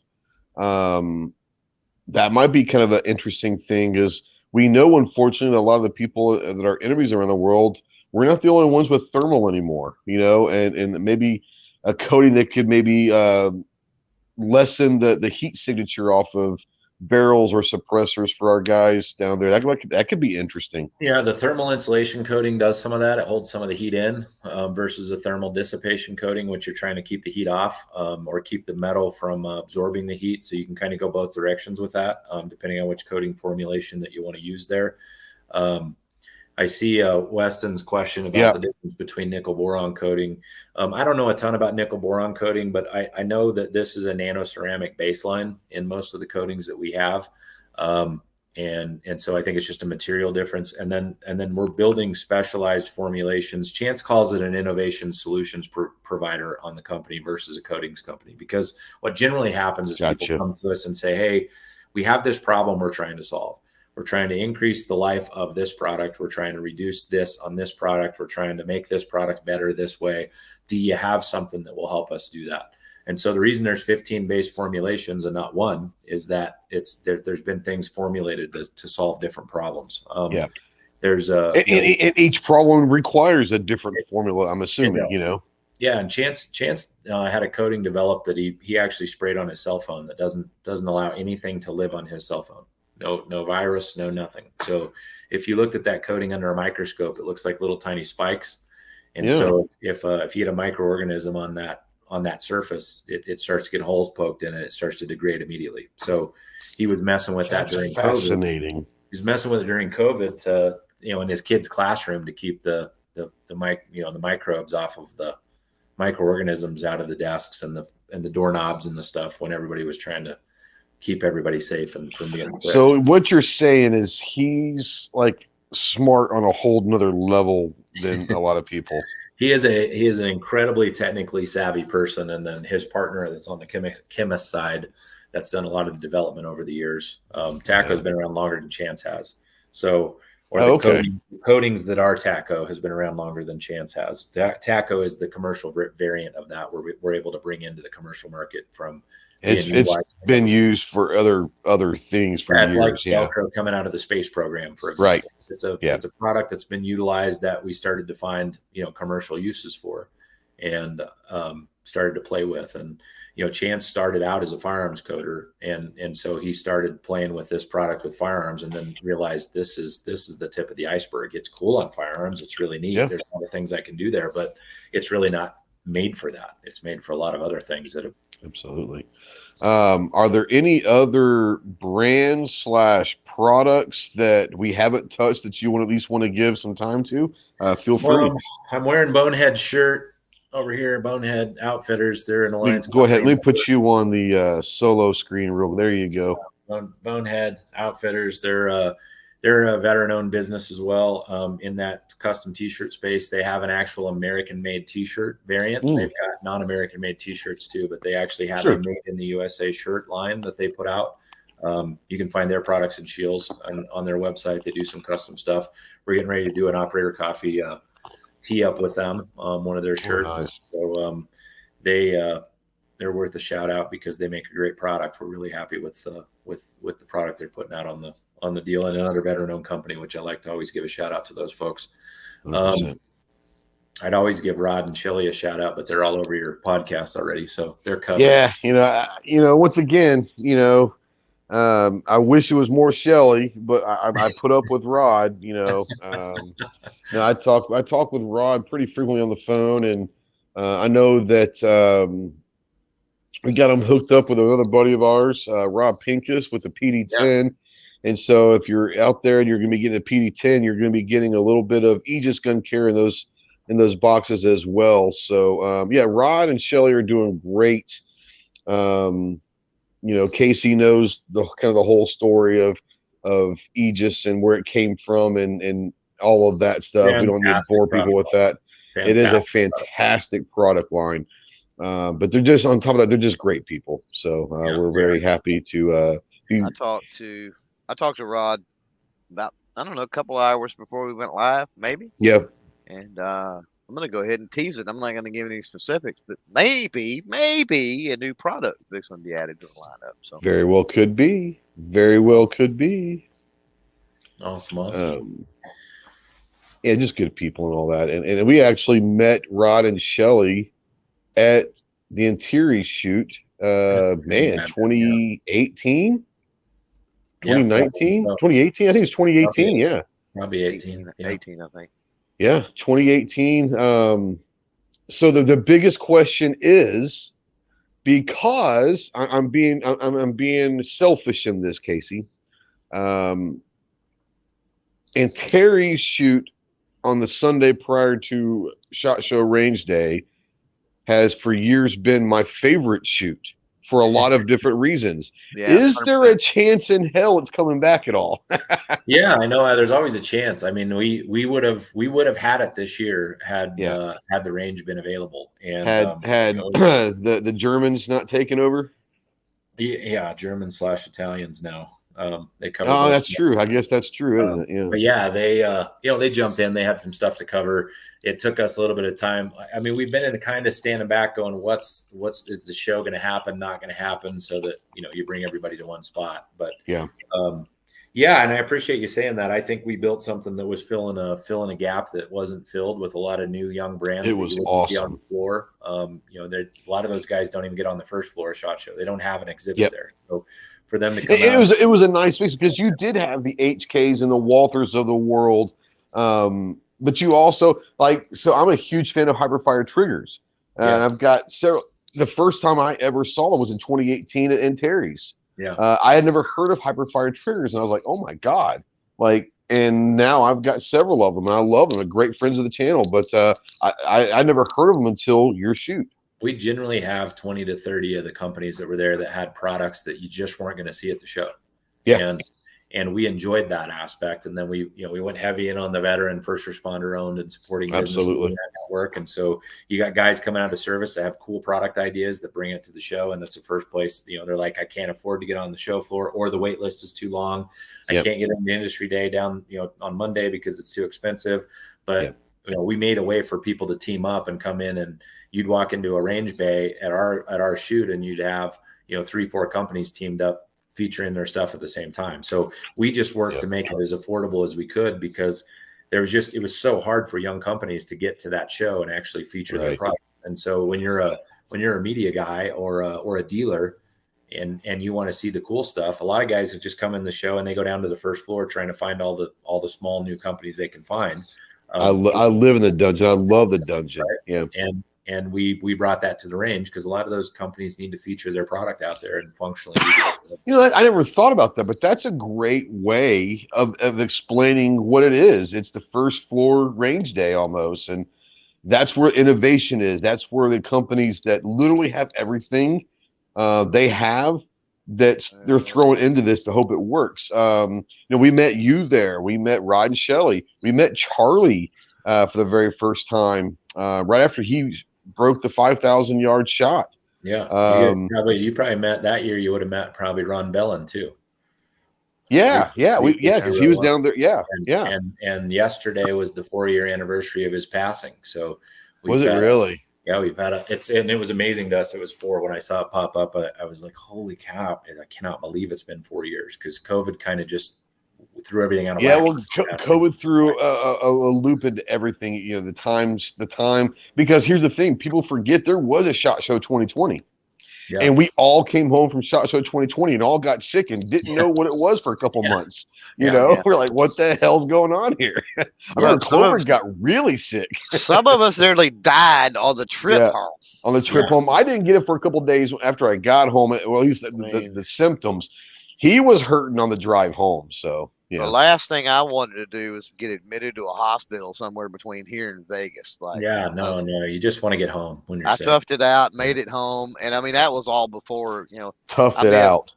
I don't think I was patient 0. Obviously, I caught it from somebody, but I was probably single digits at that point. It was early. I remember we all came home and we were all sick in that first week or 2 after shot. Well, we were I usually take vitamins and all that, and I had never gotten sick at that point coming home from shot. COVID don't care about vitamins. It didn't care about vitamins. It didn't care about any of that stuff. So yes, I will for the fuckers out there that are sending me my text messages, yes, you are trying to derail the show. I get that, and you're doing a damn good job of it. Right. So one thing about this year not having the Antares is, hands down, bar none, it could have been the worst Antares ever. It's still been better than Industry Day at the range. 100%. Bad weather right now. It was terrible. Well, weather aside, it was not a good range day. There was a couple of cool things there. There was a couple. There's about 10 cool things altogether. If that, yeah. And it was just like, I don't know. It was not impressive. Yeah. We need a killer event planner, and we need him to start right now, and then we could probably pull. It was funny because I remember we were on the phone. Golly, last fall. I worked for really cheap, Casey. I'm just saying. You and I were talking on the such a mountain of work. Yeah, we were talking on the phone because I remember I called you or something, when I was like, hey, like, I haven't heard anything about the shoot. Is it going to happen this January? You're like, yeah, can you find me an event planner like tomorrow? and, and people, I don't think people quite realize what putting on an event like that really is. Yeah, when we were dumb and on the front end of it, just going, well, how hard can it be? The only reason it happened after the first year was because there was a couple of people that said they would help, and they did. And I'm not saying they didn't help; they did. But when we got into the second year and we ended up with the entire range venue, because the first year we ever did it was literally the week after the alliance was formed. We did that event, and we did it with 18 companies, and we just had a few lanes up top. We didn't even have how'd that work for you. And it was awesome. I mean, everybody was like, "This is great," because at that first event with 18 companies there, we had Cabela's come in as the buying team came in, and so these little companies were going, "Holy crap!" Like I couldn't have gone to SHOT Show all week and met with the Cabela's buyers, right? And so the feedback we got from that small sample size was, holy crap, we've talked to people on the buyer side and the media side that we couldn't access in a million years if we tried, because once you get into the show, everybody's spread so thin. And if you're a brand that doesn't have a booth and nobody's heard of, you're not going to get Cabela's to stop. So I said, well, the point of it, guys, is that not everybody here has to know Cabela's. Just one of us does, and has to get interested enough to show up. So doing the range event changed the dynamic for those young companies. And so from the alliance side, that's all we had the first year. We didn't have a sponsor. We didn't have any of that. We just had alliance companies get together and do a little range event. And those guys were absolutely floored with, this is the best value bang for the buck we've had ever in the industry since we started our little business. And so that motivated us to do it the following year. The range came available for the whole space. We ended up renting the whole space. And, we grew to the height of, 1,800 people coming through and 75-ish or so companies that were there exhibiting. And COVID basically shut that all down. And so it was like, well, I've been excited by the fact that we've had a lot of people come and ask us if it was going to come back, because it means they cared about it and that it was worth doing. But holy cow, it about wrecks you. And when you start that week completely wrecked, and then you go into SHOT Show, it was just like, holy crap, like you got to work out to even make it through that week. So I was like, I got to the point where if we had to restart it, I was like, I will only restart this if we have a true event planner coming in to plan this event and do it right. Right. Here's an idea. Maybe something around NRAM, because NRAM's that Friday, Saturday, Sunday. But maybe if you were able to do something on the Thursday, because there's really not any range events attached to NRAM, that could be something. I'd come in a day early for a range event, Or stay a day late, even. Or a day late, sure. Or just do it on a Sunday. We can go to NRAM and cover NRAM Friday and Saturday. And if you have a Sunday range event, in Indianapolis or wherever NRAM is being held that year, I think you get quite a few people that would come out to that. I'm not trying to spend your money or do that, but that'd be kind of a cool thing. I think that the only thing preventing us, because we liked it, I mean, and it's what the alliance actually evolved into. We had basically as a group sat down and said, the alliance has evolved into this event. So this event is what provides the value to the members. This event is what allows the members to come in for a low cost and actually get a front seat to feature their product line. Mm-hmm. It allows the large companies to kind of foot some of the bill of having the range covered and make it possible. It's an event that could have generated a ton of money, but because all of us had our own companies, we'd get to the point of covering the cost and we'd stop. So we kind of got to this point where we're like, hey, we really need to evolve this thing into an event planning function and let people come in. And we saw ourselves as the veteran and first responder event of the week. Absolutely. We got a little bit of a stink eye from SHOT Show on our event, saying, well, you can't go out there and tell people that you're affiliated with SHOT Show. I said, I didn't say we were affiliated with SHOT Show. We said we were adjacent to SHOT Show. Well, you can't say SHOT Show. And I was like, why? We have to bring people to the show, to Vegas, a day before the show, 2 days before the show actually starts. So I said, what is the issue? You guys should be showing up, figuring out how to involve it in the big picture, because it's filling a void that doesn't exist today. Exactly. And that wasn't the response that we got. And it pissed me off. I'm still pissed about it. I'm curious, was that from NS or plead the fifth if you can't say. Was that from NSSF or was that from the event planners for? No. It was from the NSSF. From the director. Wow. Somebody went and complained and said that we were making a play at SHOT Show, and I was like, first of all, I'm sure I don't have an interest in making a play at SHOT Show because that'd just be ludicrous. There's a lot of money moving around at SHOT Show time. Oh, yeah. Sure. I mean, our focus was always to make a way for companies that can't get into SHOT Show because they can't ever get off the wait list, can't get into Industry Day because it's always sold out and incredibly expensive, to show their product. And it's like, you can't walk in the show with your suitcase and show people your product. You'll get kicked out. So how do I do that? How do I get into this industry this is our industry show. So if it's booked up, how does a new company get in if they have to wait on the wait list for 7 years? And here's the thing, you're not having it on the same day as Industry Day at the range. So what does that do? That creates more incentive for people to go to SHOT Show. That's why we range days. Yeah, we start going to Vegas on Saturdays specifically to go to Terry's on Sunday. Like literally, we changed in 2018 or 20, whenever it was. We literally said, "Hey, we're not going on Sunday. We're going to go on Saturday because we're going to go to Terry's Sunday morning." We literally changed how we did our weekend. It's really crazy, right? You saw Hyperfire at our event before you saw it anywhere else. They now exhibit in SHOT Show. They're absolutely on the show floor. Some of that's because they were looking on the way to get in. Gosh dang it, it's late in the night now and I can't think of it, but they're an alliance Obsidian Arms. Oh, Obsidian, sure. Their first exhibition was at our show, and now they exhibit at the SHOT Show.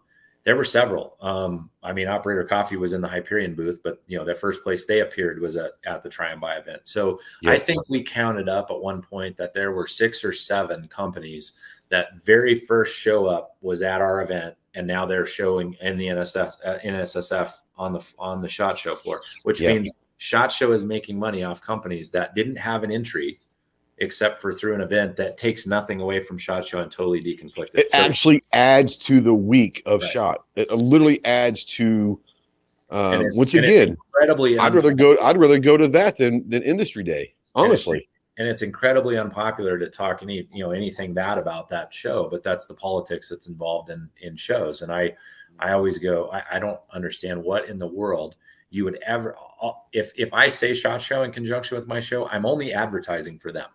I'm not advertising for me. Right.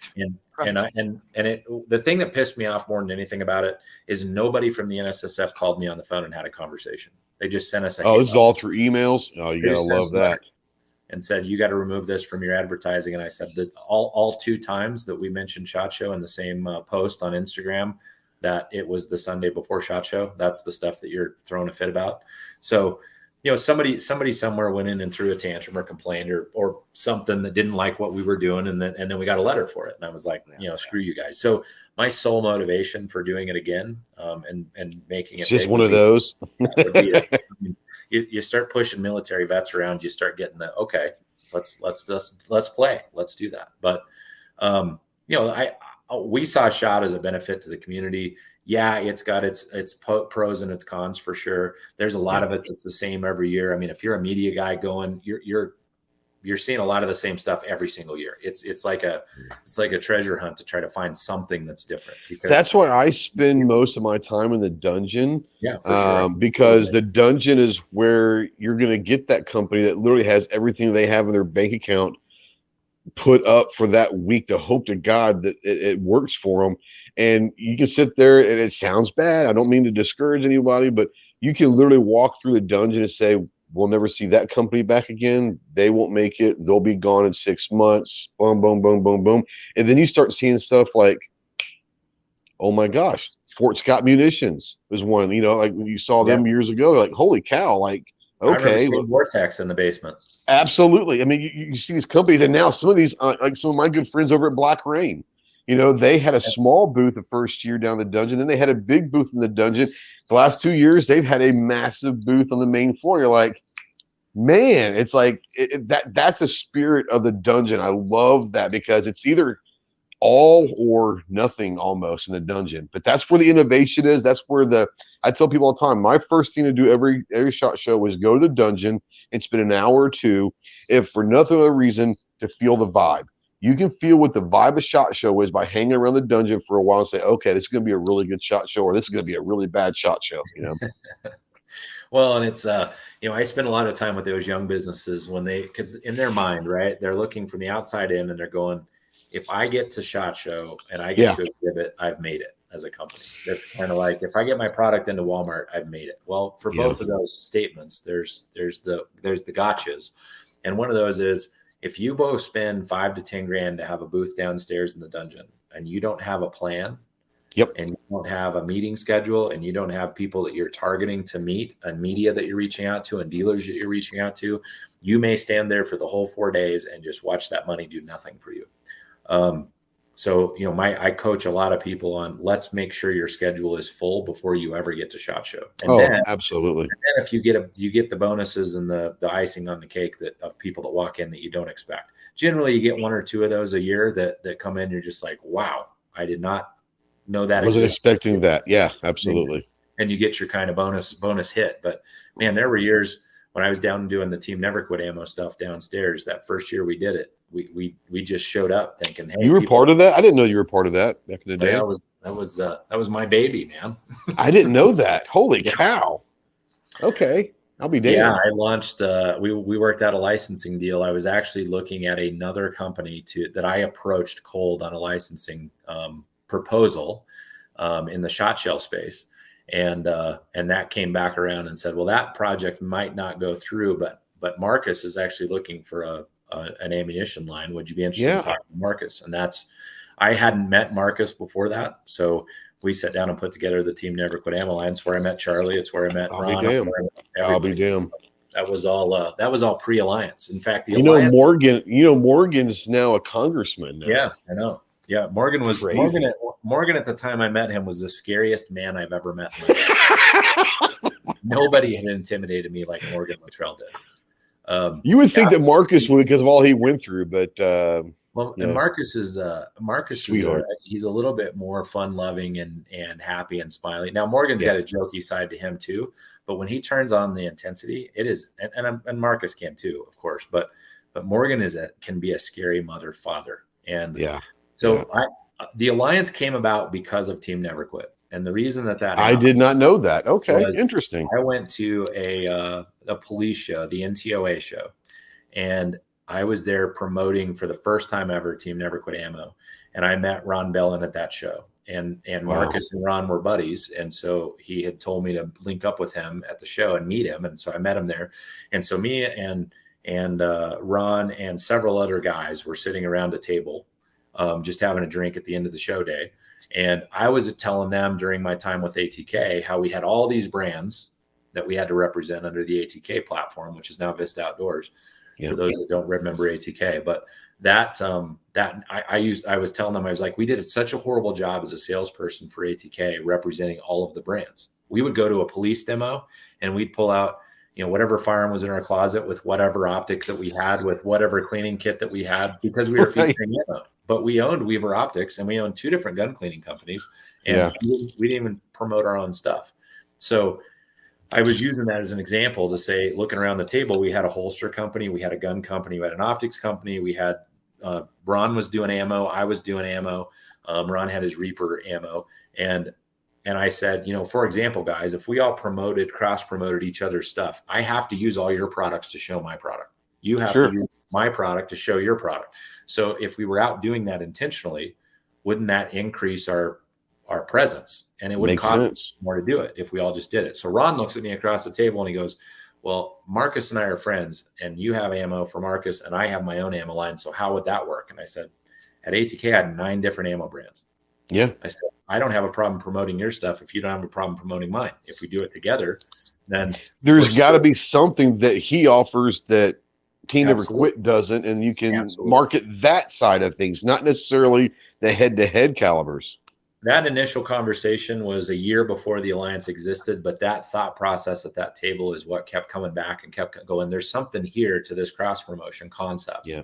And if we help each other out, especially as small businesses who are, marketing's expensive and shows are expensive and getting out there and getting your product to people is expensive. You don't know anybody when you're getting started. These guys coming out of service, they don't know you. They don't know the media people. They don't know Pincus. They don't know, the big magazines. They don't know any of those people. And they definitely don't know any of the buyers. So they've got this product for sure. going, how do I go make money with this? And people are like, well, you have to have a social media and you have to have, marketing people and media people cover your stuff. Well, I don't know any media people. Who can I get a hold of? So if you don't have somebody introduce you, you have no way to get there. And if I can't get on the show floor because I'm on a wait list, I can't even have a chance to meet people there. So that's how that all kind of came about. And do you guys know Bill Hampstead? Did you guys meet him along the way? He's I don't think. I mean, I the name doesn't sound familiar. It doesn't mean I haven't, but the name does not ring a bell. I'm sure you've met him probably or seen him at the Try and Buys because he's been on our board from the beginning. But he's a federal law enforcement officer, still active on FLEOA, Federal Law Enforcement Officers Association. He's part of the members benefits team for that. And so when I was doing Team Never Quit, he walked in the booth first time I ever met him on a Friday, and I pitched that concept of brands helping brands to him. And he walked out there and he said, what are you going to call it? And I said, we don't have a name for it. And he called me after he got home and he said, hey, I've been playing with different things and Latin words and names that start with A and just looking at it, he goes, it's really weird, but what do you think about Antares? And I was like, I don't even know what that means. Now, did you already have the alliance part of it? Like you wanted to be called something alliance, or did that kind of come later? No, I didn't have that. We were just literally pitching the concept of this cross promotion, and everybody's like, well, you need to make it something. Like, what is it? Yeah. And Bill Hampstead's the one that came up with Antares, and Ron always hated it because he's like, it's impossible to say. Like, people don't even know what it is when they see it. And I said, yeah, but you remember it because it's a weird word. And I said, but the name of it, it means pillar. And I said, this Pillar of Patriots concept came together, and that was kind of the tagline for Antares Alliance. And that's how that all came to be. It was kind of from out of that TNQ project and who we met in that crazy. I didn't even know that you were involved with that. Yeah. That's where I met Charlie. Funny Charlie story from meeting him first. There's a lot of those, but yeah, there's a lot of those. But I didn't know Charlie was a team guy. He doesn't come across that way. He himself that way. He's a redneck hillbilly before you'd ever literally little redneck and hillbilly. Absolutely. Yeah. I'll get another story after you get done with this, but go ahead. Deep Woods, Georgia hillbilly, no less. So he's working as the ranch hand on the ranch that Marcus's father-in-law owns. That's where we did the demo of the Team Never Quit ammo. So when we launched the line, we had a requirement within the first 4 months of the line launch to come down and have Marcus test the ammo. So there was a certain number of rounds that had to be allocated, and he brought together a group of people. So, that's why I met Morgan there and Paul Craig and Joey Jones and a number of guys that were there at the event that were testing the ammo. So Charlie was there just setting the range up. He's just the ranch hand. That's how he presents himself, right? That's how he looks. Don't realize he's one of the best shooters in the world, So I get handed off to him to say, hey, he'll take you out to the range where the setup's going to be. You guys set it up and whatever. And he's got one of those buy it at Walgreens braces on his wrist. Yeah. Just one you buy off the shelf. And, I don't think anything of it. He's out there on the ranch. Right. And he's rough looking. Like he's got the long hair and the long beard. He's got the greatest mullet in the history of the world. Yeah. He didn't have a mullet then, but he had long hair. So we hop in his truck and he's got his dog standing on the console and we head off to the range and we get out there and we're setting stuff up and I'm counting out ammo and I'm not really paying attention to anything. And he goes, hey, I just got a 5.7. I'm going to shoot it real quick if that's okay, just to give you a heads up that I'm going to start shooting. And I was like, yeah, whatever. So I was kind of behind him in the shooting house. So at this point, did you even know he was a team guy? You knew nothing about him. No idea. Okay. No idea about anything about his background at this point. So he steps up to the line and he shoots that plate rack so stinking fast and so stinking immediate. And I just stop and I look at him and I'm thinking, okay, that's interesting. He's done this before. Yeah, he's really done this before. So he sets it up and he does it again. And the guy never missed. And it was as fast as he could pull the trigger. And so I was like, cause he's shooting the 5.7 and I go, how's that feel? How's that feel? He's like, well, it stings a little bit. I go, does it kick that much? He's like, well, no, not really, but my arm's broken. And not just his arm was broken. Not a twisted wrist. His arm's freaking broken. Both bones in his arm were broken. Yeah. And instead of going and getting it set and cast, he just went to the drugstore and put a thing on it, right? And he's shooting a 5.7, which has a little bit of whip to it, right? He's shooting. A little bit, yep. And so we drive back up to the house, and I asked the gal that handed me off to him, I said, so who is he really? And she goes, she starts giggling. She goes, he didn't tell you? And I said, well, no. She goes, that's not a surprise. And knowing Charlie, he won't tell you, No, and he wouldn't have. And she goes, well, he's the guy that trained Marcus and Chris Kyle in sniper school. He was the sniper instructor that trained them. And I was like, the dude was Sailor of the Year for all teams. Like, you don't get that just by being like a decent guy, No, well, then I find out, pistols isn't even his thing. It's no. And I'm just like, holy crap. And then I'm like, he's doing that with his arm broken and doesn't do it just once. He does it again. So his wife, who's his ex-wife now, but his wife walks into the house, and you guys know how tall Charlie is. Yeah. His wife was taller than he is. Oh, I didn't know that. See, I met him when he was divorced and had another. Yeah, probably freshly divorced when you met him, because it's been a while. Very freshly, yes. But she's a cool lady. But what she walks up to me and she says, hey, as you guys are running around, she's like, make sure he doesn't overuse that arm because it's broken. I said, yeah, he just told me that. So we get in the truck and we drive down the road to hook up to a trailer. And he backs up close to the trailer. He gets out, he walks around behind it. He picks that trailer up with the broken arm and puts it on the ball. Puts it on the ball. Yeah, not a problem. You got one arm that ain't broken. Why didn't you use that one? He's like, I didn't think about it. I'm like, that had to freaking hurt so bad. But he ended up with you got a big scar on his arm now that you probably noticed. That's from that break that he didn't get it fixed. Ended up with a PICC line. They had to do skin grafts. That's all just because Charlie's being Charlie. So we're there with them, and this is summer of 2018, I guess. I think 2018, summer 2018, maybe. And we're down there in Texas, and we're going to go down and shoot with them and all that. Rod and Shelley came up from Houston at the time, and we spent the whole weekend there. And Charlie had to stay in his trailer with them. And you met not just Memphis, but you met all the dogs. And it was awesome. But people don't realize, like, people that know Charlie may not even know this dude can be a world-class chef if he wanted to be. Like, this dude can straight up cook. Fantastic cook, yeah. So we're out in the front, Clover. That was maybe a Friday night. No, it was a Saturday night, I think. Maybe, I don't remember. We're out just drinking and just telling stories. We're just telling stories, and enjoying it. And it's like midnight, and his cell phone rings. He's like, hello. And he's like, oh, no kidding. Yeah. Bring it over. We're like, what's going on? He goes, oh, a friend of mine just got a hog. And 20 minutes later, this guy rolls up with a hog. He puts it up on the hook, and they clean it right there in front of you. That next morning, I slept on his couch. I think Clover was got a bedroom. I was on his couch. And I woke up to the most amazing smell, because he was literally cooking that hog that he cleaned 6 hours ago and had breakfast for. Unbelievable. But he's like, yeah, come on over. Talk about the hillbilly redneck guy. It was midnight, and they just started cleaning this hog for 2 hours. And I was just like, what the hell is going on here? And he was like, oh, yeah, my buddy just got a hog. He's going to bring it over. We're going to take care of it. And we'll eat it in the morning. I'm like, are you kidding me? No, he was not kidding whatsoever. Good guy. Good people. Great people. Yeah. And on top of that, a world-class shot. 5,000 yards. Was that 2.8 something miles that he hit? It's not the record anymore, but, I mean, that dude hit a 2.8 mile shot. And I know that he'll probably get back out there and break it again, because he's quietly competitive. So he is. He'll get it. Clove, you got anything to kind of close up with? I don't think so. Okay. Well, I do want to give Clover. I want to give you a few minutes before we get to Casey, and what kind of projects do you have going on, and where can people find you if you were going to put any content out of any sort?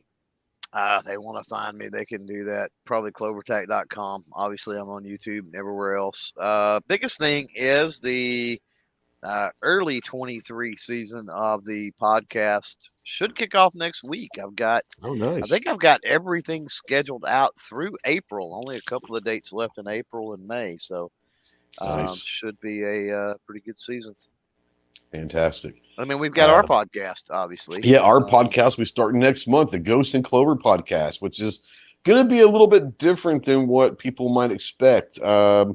We'll talk guns, obviously, it's a big part of our life, but we'll talk food, we'll talk cars, we'll talk music, we'll talk whatever, and we've got some cool things coming down the road. We've already got some great companies that are jumping on board blindly with us on this, but we're going to each bring the concept that we have is each of us are going to bring our own topic that we talk about for about 15 minutes. And we will not tell the other what that topic is. It could be whatever it is. And I'll have 15 minutes to talk about my topic, and then Clover will have, or we'll switch it up, whatever. But we each have 15 minutes to talk about whatever topic it is that we bring to the table. Could be whatever. What? G-Webs? Oh, G-Webs. I shot at 1,000 inches. I was like, what the hell's he talking about? Heck yeah. But yeah, we'll both bring our own topics, and we won't tell each other what those topics are. And then we're also gonna have a random topic from the audience, and throughout the podcast live, at least the live portion of it, everyone can register, and we'll do a random picker, and we'll say, okay, Casey, you win. Give us a topic, and we have 15 minutes to talk about that topic. So it'll be interesting. It'll be different than what a lot of people are doing. We've been doing our own kind of Ghost and Clover podcast, for 5 years now, Clover? Going on 6, but we never actually had an official Ghost and Clover podcast. Unofficially, every now and then for a long time. Yeah. So it's one of those things. My God, they're killing me. And they're doing it on purpose, I think, at this point. But yeah, looking forward to that. So yeah, go check out clovertech.com. Check out all this stuff. If you guys are into sports cards, sports playing cards, trading cards, I should say trading cards, and even non-sport trading cards, Clover's got a CloverTech Cards channel, and every Thursday, most Thursdays, unless he has another podcast scheduled, Thursdays at 7 o'clock? Man. At 7 Central. Yeah. That's what's going to suck about the podcast season is we record those on Wednesdays and Thursdays. So for the next 3 months or so, those are going to be scant, going to be few and far between, if any. But those are fun. Those are some of my favorite stuff to watch because he rips 1980s, 90s, 2000s. The packs that the audience choose, not that the audience chooses, but we're talking like 1984 tops sometimes, and retro stuff mostly. Retro stuff, but mostly retro. But it's awesome. It's a fun time. It brings back memories of the old childhood because I was a big card collector back then. But yeah, as always, bro, thanks for coming on and helping out, especially when I run the phone. My wife's out overseas. So I'm by myself, so I can't be in the studio and make sure that everything with the dog and everything. So I'm running the last couple of weeks from my phone in the kitchen so that I can be in kind of mission control and my talk over here with my dog and all of that. So I'm running from my phone. So it's nice to have Clover able to put links up there and do share screen and all. I really do appreciate that. Now G-Webs out there says, I like to use a Ghost and Clover podcast to help time when I boil cabbage. When it starts to stink, I check on the cabbage. We're here to help, bro. We are here to help. Some people use us for a lot of reasons, but that's a new one to me. But what we do want to do is give Casey a few moments. And first of all, thank you for coming on, Casey. It was great talking to you again. Wonderful seeing you in shot. It's been a while. Well, it's been a year. But that's what I love about shot is you get to see people sometimes that one time a year. It's great seeing you, but I do want to say real quick, operatorcoffee.com. Use code FREEDOM20 to get 20% off of your coffee order. You can reach that through HyperionMunitions.com as well, and that's going to have all of the companies under Hyperion's umbrella as well. And by the way, Casey had said something earlier about he didn't see me when you came around or whatever. We did actually come by twice, and you weren't there. We did. I think that one time I came by and I saw Josh and he said you were at a Vista meeting or something. Or and the reason I remember that, I don't know. The reason I remember that when you were talking about when you mentioned the shotguns, I was like, oh yeah. snap. Yeah, we did go over there because I had to bring him. I had to entice Clover to come to the booth, and I had to entice him with shotguns because he was like, "Okay, that's I'm all in." you got to say, man. That's all you got to say. But I do want to give you a few minutes, Casey, and say thank you for coming on and all of that.